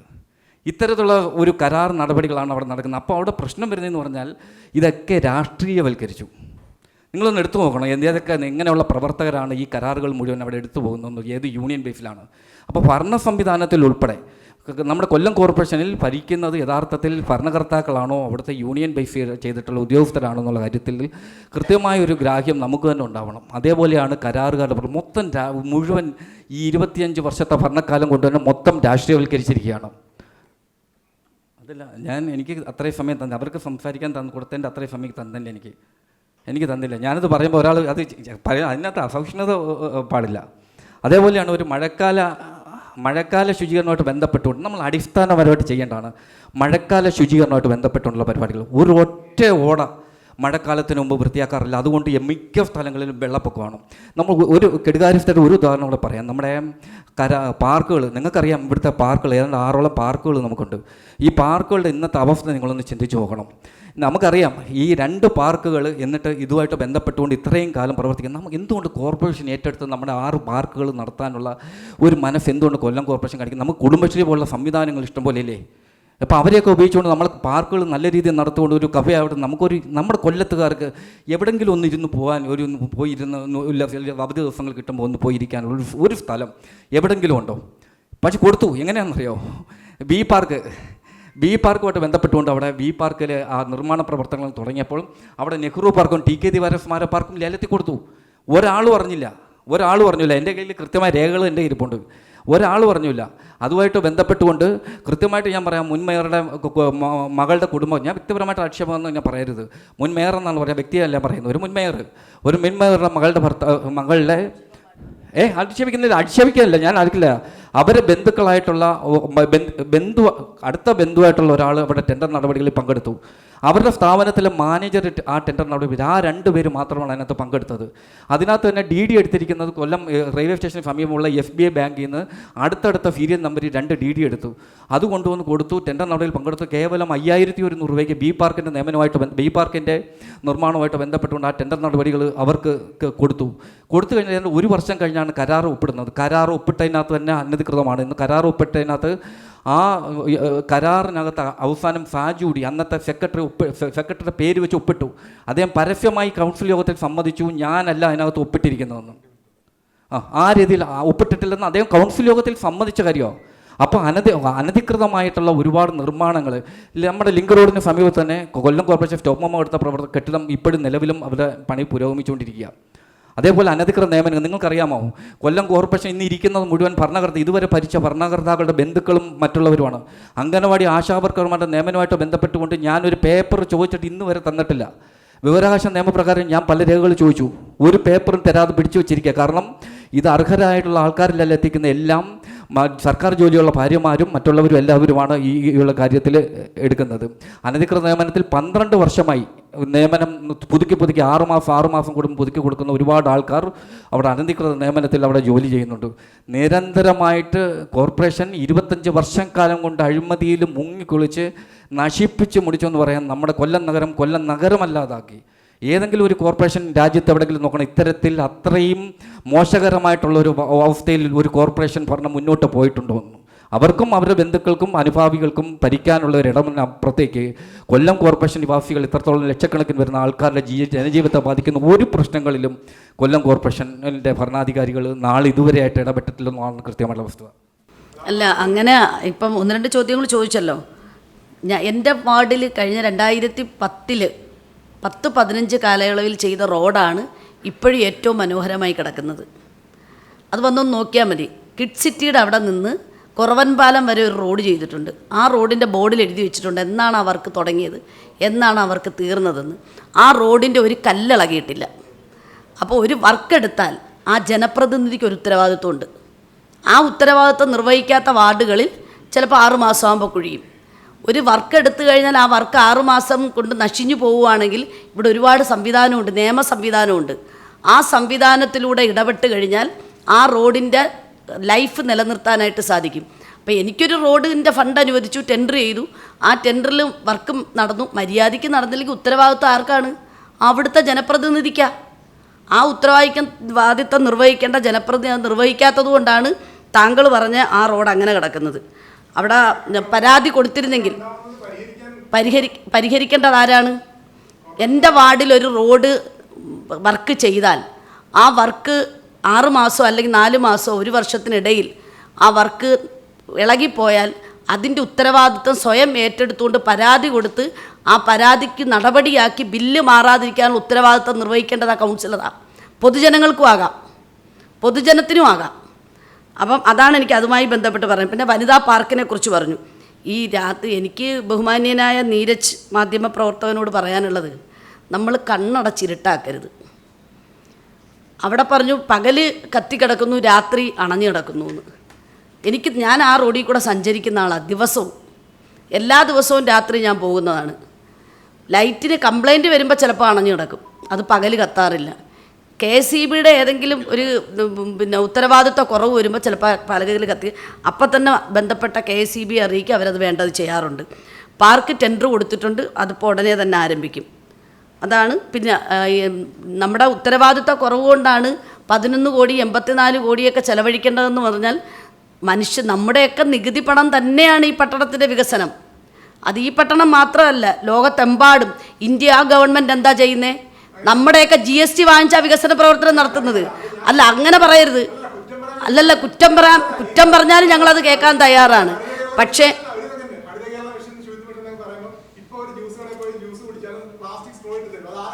പ്ലാസ്റ്റിക് സ്ട്രോ ഇട്ട് ഇപ്പോൾ ഒരു കടയിലും തരുന്നില്ല. ഞങ്ങൾ കൃത്യമായി പ്ലാസ്റ്റിക് ഇപ്പോഴും മാധ്യമങ്ങളല്ലേ റിപ്പോർട്ട് ചെയ്യുന്നത്.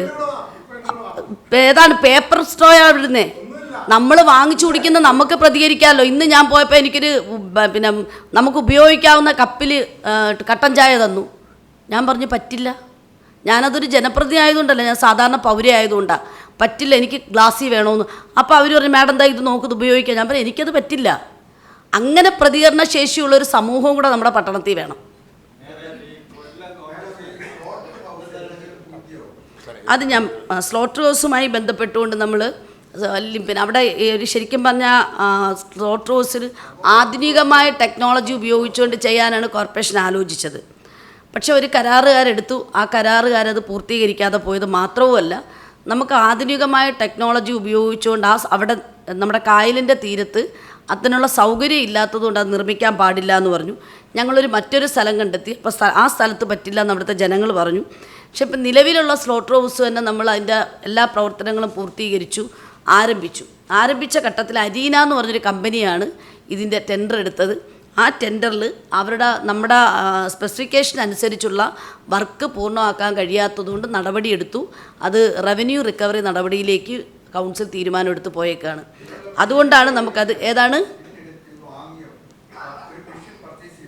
ഇല്ലില്ല, നമ്മൾ മെഷീൻ പർച്ചേസ് ചെയ്തില്ല. അവർ 30 ലക്ഷം രൂപയാണ് അവർ പറഞ്ഞത്. ആ കമ്പനിയാണ് 19 ലക്ഷം രൂപയാണ് ആ കമ്പനി ഈടാക്കിയിട്ടുള്ളത്. ആ പൈസ തിരിച്ചു പിടിക്കാനാണ് നമ്മൾ റവന്യൂ റിക്കവറി നടപടിയിലേക്ക് പോയിട്ടുള്ളത്. അതെ അതെ.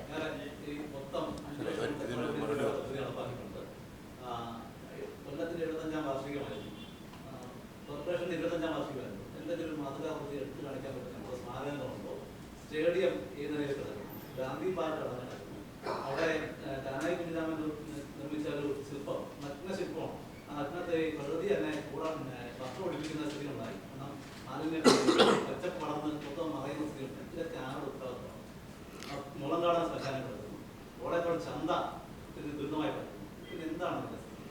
അല്ല, കോർപ്പറേഷൻ ഈ വിശ്രാന്തി തൊട്ടടുത്തുണ്ട്, അത് പറഞ്ഞില്ല. ഏറ്റവും മനോഹരമായ ശ്മശാനം ഇന്ന് എനിക്ക് തോന്നുന്നു കേരളത്തിലത് കൊല്ലം കോർപ്പറേഷൻ്റെ വിശ്രാന്തി തന്നെയാണെന്ന് പറയാം. നമ്മുടെ ശാന്തി കവാടത്തെ പോലെ തന്നെ ഏറ്റവും നല്ല രീതിയിൽ നമ്മുടെ മൃതദേഹങ്ങൾ ഏറ്റവും ആരാധനയോടുകൂടി ബഹുമാനത്തോടുകൂടി സംസ്കരിക്കുന്നുള്ള സംവിധാനം അവിടെ ഒരുക്കിയിട്ടുണ്ട്. പോളയത്തോട് മാർക്കറ്റിൻ്റെ നമ്മുടെ DPR ഘട്ടത്തിലേക്ക് നിൽക്കുകയാണ്. 25 വർഷക്കാലത്തെ വികസന പ്രവർത്തനം എന്ന് പറയുമ്പം സ്റ്റേഡിയത്തിൻ്റെ നിർമ്മാണം പൂർത്തീകരണ ഘട്ടത്തിലാണ്. സിന്തറ്റിക് ട്രാക്കുമായി ബന്ധപ്പെട്ട പ്രവർത്തനം അതിൻ്റെ പൗലിയൻ പൂർത്തീകരിച്ചു കഴിഞ്ഞു. സിന്തറ്റിക് ട്രാക്കിൻ്റെ പ്രവർത്തനമായിരുന്നു പൂർണ്ണതയിലെത്താൻ. അതിൻ്റെ നമ്മളിപ്പം സ്റ്റേഡിയം തുറന്നു കൊടുക്കുന്ന ഘട്ടത്തിലേക്ക് തുറന്നു കൊടുത്തു കഴിഞ്ഞു. പിന്നെ ബീച്ച് ഞങ്ങൾ ടെൻഡർ ചെയ്തിരുന്നു. അതൊരു കരാറുകാരനെടുത്തു. ആ കരാറുകാരൻ കോർപ്പറേഷൻ അനുമതിയില്ലാതെ അവിടെ കട കെട്ടാൻ ആരംഭിച്ചു. കോർപ്പറേഷൻ സ്റ്റോപ്പ് മെമ്മോ കൊടുത്തു. ആ കരാറ് റദ്ദ് ചെയ്തു. വീണ്ടും നമ്മൾ ടെൻഡറിലേക്ക് പോയിരിക്കുകയാണ്.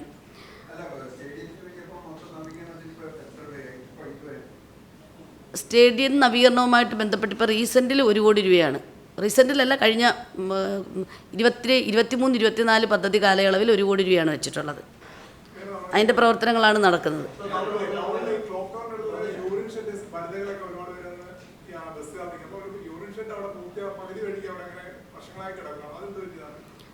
അത് ഹാബിറ്റാറ്റാണ് ആ വർക്ക് എടുത്തത്. അമ്യൂണിറ്റി സെൻറ്റർ എന്ന് പറഞ്ഞിട്ട് കഴിഞ്ഞ കൗൺസിൽ കാലയളവിൽ ആരംഭിച്ചതാണ്. അപ്പോൾ അമ്യൂണിറ്റി സെൻറ്റർ ചെയ്യാൻ പാടില്ല എന്ന് ഗവൺമെൻറ് പറഞ്ഞപ്പോൾ ടേക്ക് എ ബ്രേക്കിന് അനുമതി ലഭിച്ചിട്ടുണ്ട്. ഇപ്പോൾ തെരഞ്ഞെടുപ്പ് അടുത്ത് വന്ന സമയത്താണ് അതിൻ്റെ അനുമതി ലഭിച്ചത്. പെരുമാറ്റച്ചട്ടം നിലനിൽക്കുന്നതുകൊണ്ട് ഇപ്പം നമുക്കത് ചെയ്യാൻ കഴിയുന്നില്ല. റീടെൻഡർ ചെയ്തു. പുതിയ കരാറുകാരൻ തെരഞ്ഞെടുപ്പ് കഴിഞ്ഞാൽ ഉടനെ തന്നെ അതിൻ്റെ നിർമ്മാണം ആരംഭിക്കും. ഏതാണ്?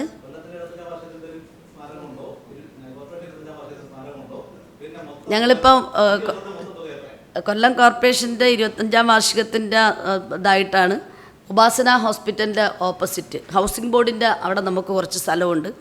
ആ സ്ഥലത്ത് നമ്മൾ 50 കോടി രൂപ ചെലവഴിച്ചുകൊണ്ട് ഒരു കൺവെൻഷൻ സെൻറ്റർ, മൾട്ടിപർപ്പസ് കൺവെൻഷൻ സെൻറ്ററിന് വേണ്ടിയുള്ള DPR പൂർത്തീകരിച്ചിട്ടുണ്ട്. പക്ഷേ ഈ കൗൺസിൽ കാലയളവിൽ അതിൻ്റെ നിർമ്മാണം ആരംഭിക്കണമെന്ന് ആഗ്രഹിച്ചു. പക്ഷേ പെരുമാറ്റച്ചട്ടം വന്നതുകൊണ്ട് അതിൻ്റെ പ്രവർത്തനം ഇപ്പോൾ നടത്താൻ കഴിയില്ല.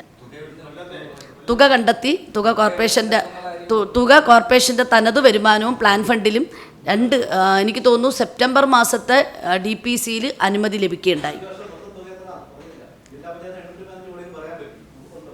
ഉണ്ടല്ലോ. കൊല്ലം കോർപ്പറേഷൻ ഓരോ പദ്ധതി കാലയളവിലും 1240 കോടി രൂപയാണ് പ്ലാൻ ഫണ്ടും തനത് വരുമാനവും പിന്നെ മെയിൻ്റനൻസ് ഗ്രാൻഡ് ഉൾപ്പെടെയുള്ള വകുപ്പുകളിൽ നമ്മൾ ഫണ്ട് വിനിയോഗിക്കുന്നത്. ഓരോ വർഷത്തെ ബഡ്ജറ്റിൽ അത്രയാണ് നമ്മൾ വെച്ചിട്ടുള്ളത്. ഏതാ? അല്ലല്ല, ഇത് 5 വർഷത്തത്. 5 വർഷം ഗവൺമെൻറ് ഫണ്ടുകൾ, MLA ഫണ്ട് ഉൾപ്പെടെയുള്ളത്.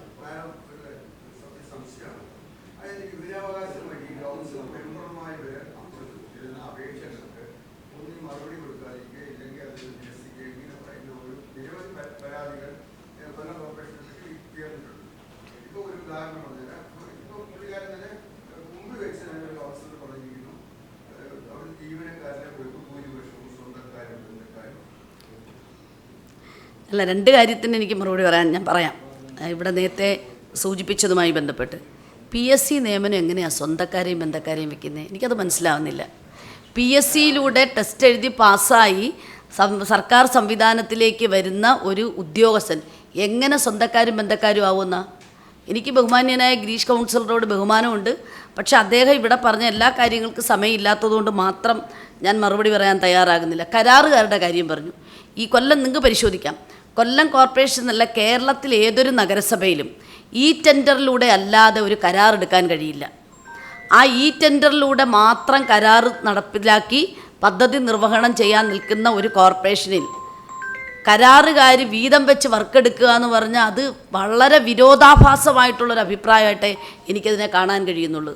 ഈ ടെൻഡറിലൂടെയാണ് വർക്കെടുക്കുന്നത്. നിങ്ങൾക്ക് സൈറ്റ് പരിശോധിച്ചാൽ അറിയാൻ കഴിയും. അപ്പോൾ ഇത് എന്താണ് വിവരാവകാശം? ബഹുമാന്യനായ ഗിരീഷ് കൗൺസിൽ ഓരോ കൗൺസിലിലും വിവരാവകാശത്തിലൂടെ കിട്ടിയ രേഖ കൊണ്ടുവന്ന് ഇവിടെ മാധ്യമപ്രവർത്തകരുണ്ട്, സ്ഥിരമായി വരുന്ന മാധ്യമപ്രവർത്തകരുണ്ട്. ഓരോ കൗൺസിലിലും വിവരാവകാശത്തിലൂടെ എടുത്ത റിപ്പോർട്ടും കൊണ്ടാണ് അദ്ദേഹം കൗൺസിലിൽ വരുന്നത്. അപ്പോൾ എങ്ങനെയാണ് വിവരാവകാശത്തിലൂടെ ചോദ്യം ചോദിച്ചിട്ട് കിട്ടുന്നില്ല എന്ന് പറഞ്ഞാൽ ഇതിനകത്തൊന്നും ജനപ്രതിനിധികൾക്ക് ഇടപെടാൻ കഴിയുന്ന കാര്യമല്ല. വിവരാവകാശത്തിന് കൃത്യമായ നിയമമുണ്ട്. ആ കൃത്യസമയത്തിനുള്ളിൽ വിവരാവകാശ റിപ്പോർട്ട് കൊടുത്തില്ലെങ്കിൽ അദ്ദേഹത്തിന് തന്നെ അനന്തര നടപടിക്കുമായിട്ട് മുന്നോട്ട് പോകാൻ കഴിയുമല്ലോ. അപ്പോൾ അങ്ങനെ ഉള്ള ഒരു സംവിധാനം ഉള്ള ഒരു സംസ്ഥാനത്ത് ഗിരീഷ് കൗൺസിലർ എന്തുകൊണ്ടാണ് ഇങ്ങനെ പറയുന്നതെന്ന് എനിക്ക് മനസ്സിലാവുന്നില്ല. എൻ്റെ ശ്രദ്ധയിൽ അങ്ങനെ വിവരാവകാശത്തിന് മറുപടി കൊടുത്തിട്ടില്ല എന്ന് ഒരിക്കൽ പോലും ബഹുമാന്യനായ ഗിരീഷ് കൗൺസിലർ പറഞ്ഞിട്ടില്ല. നമ്മളെ ചോദ്യങ്ങൾ അവസാനിക്കുകയാണ്. നമുക്ക് പരിപാടി വൈൻഡപ്പ് ചെയ്യണം. അതിനു മുമ്പ് രണ്ടുപേരും 2 മിനിറ്റ് വീതം ചോദിച്ചിട്ടുണ്ട്. ആദ്യം ജോർജ് സാറിന് കൊടുക്കാം, പിന്നെ ഗിരീഷിനും. അതിനുശേഷം നമ്മൾ അടുത്ത ചടങ്ങിലേക്ക് കടക്കും. മേയർ പറഞ്ഞ ഒരു കാര്യത്തിന് എനിക്ക് പറയാതിരിക്കാൻ നിവൃത്തിയില്ല. ഞാൻ 95 മുതൽ കൗൺസിലറാണ്. നമുക്ക് ഒരുപാട് വർക്കുകൾ നമ്മുടെ ഡിവിഷനിൽ നടന്നിട്ടുണ്ട്.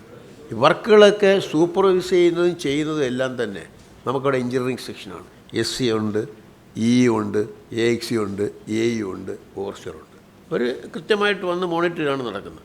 ഇതിൻ്റെ ഈ താറിൻ്റെ ക്വാളിറ്റിയും സിമെൻറ്റിൻ്റെ ക്വാളിറ്റിയൊക്കെ കൗൺസിലർ പോയി നോക്കി പരിശോധിച്ച് ചെയ്യണം എന്ന് പറഞ്ഞാൽ അത് ഒരിക്കലും സാധ്യമുള്ള സംഗതിയല്ല. അത് ഞാൻ മേയർ അത് കൂടെ പോയി അല്ല, അങ്ങനല്ല. ഇപ്പം മേയർ ഒരു റോഡിൻ്റെ കാര്യം പറഞ്ഞു. മേയറിൻ്റെ റോഡ് ഈ എടുക്കുന്ന കോൺട്രാക്ട് അതേപോലെ ചെയ്യും. പക്ഷേ എൻ്റെ റോഡ് അല്ലെടുത്താൽ ഇതേപോലെ സൂക്ഷ്മമായിട്ട് ചെയ്തു. ഒരു ഹ്യൂമൻ അവരുടെ ഒരു ഇതാണ്. നമ്മൾ എന്താ പറഞ്ഞാലും ഏത് പറഞ്ഞാലും ഞാൻ ഇവിടെ പോയി നിന്നാലും എന്തെങ്കിലും ചെയ്യത്തില്ല. അതേപോലെ ചെയ്യുന്ന നമ്മൾ പ്രതീക്ഷിക്കേണ്ട. ഒന്ന് ഇല്ലേ. രണ്ടാമത്തെ പകരം അങ്ങനെ കൂടെ നിൽക്കുകയാണ്. കൂടെ നിന്നാൽ ഒരിടത്തും പോയി കൂടെ നിൽക്കാൻ നിൽക്കുമോ?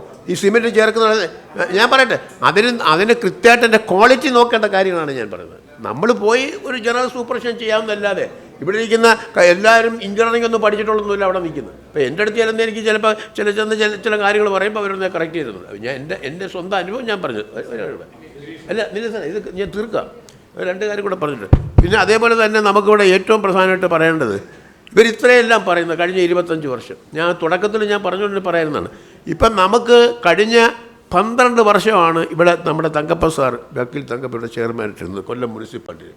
അദ്ദേഹം എന്തെല്ലാം കാര്യങ്ങൾ ചെയ്തെന്നുള്ള കാര്യം ഞാൻ നേരത്തെ ഇവിടെ പറഞ്ഞു.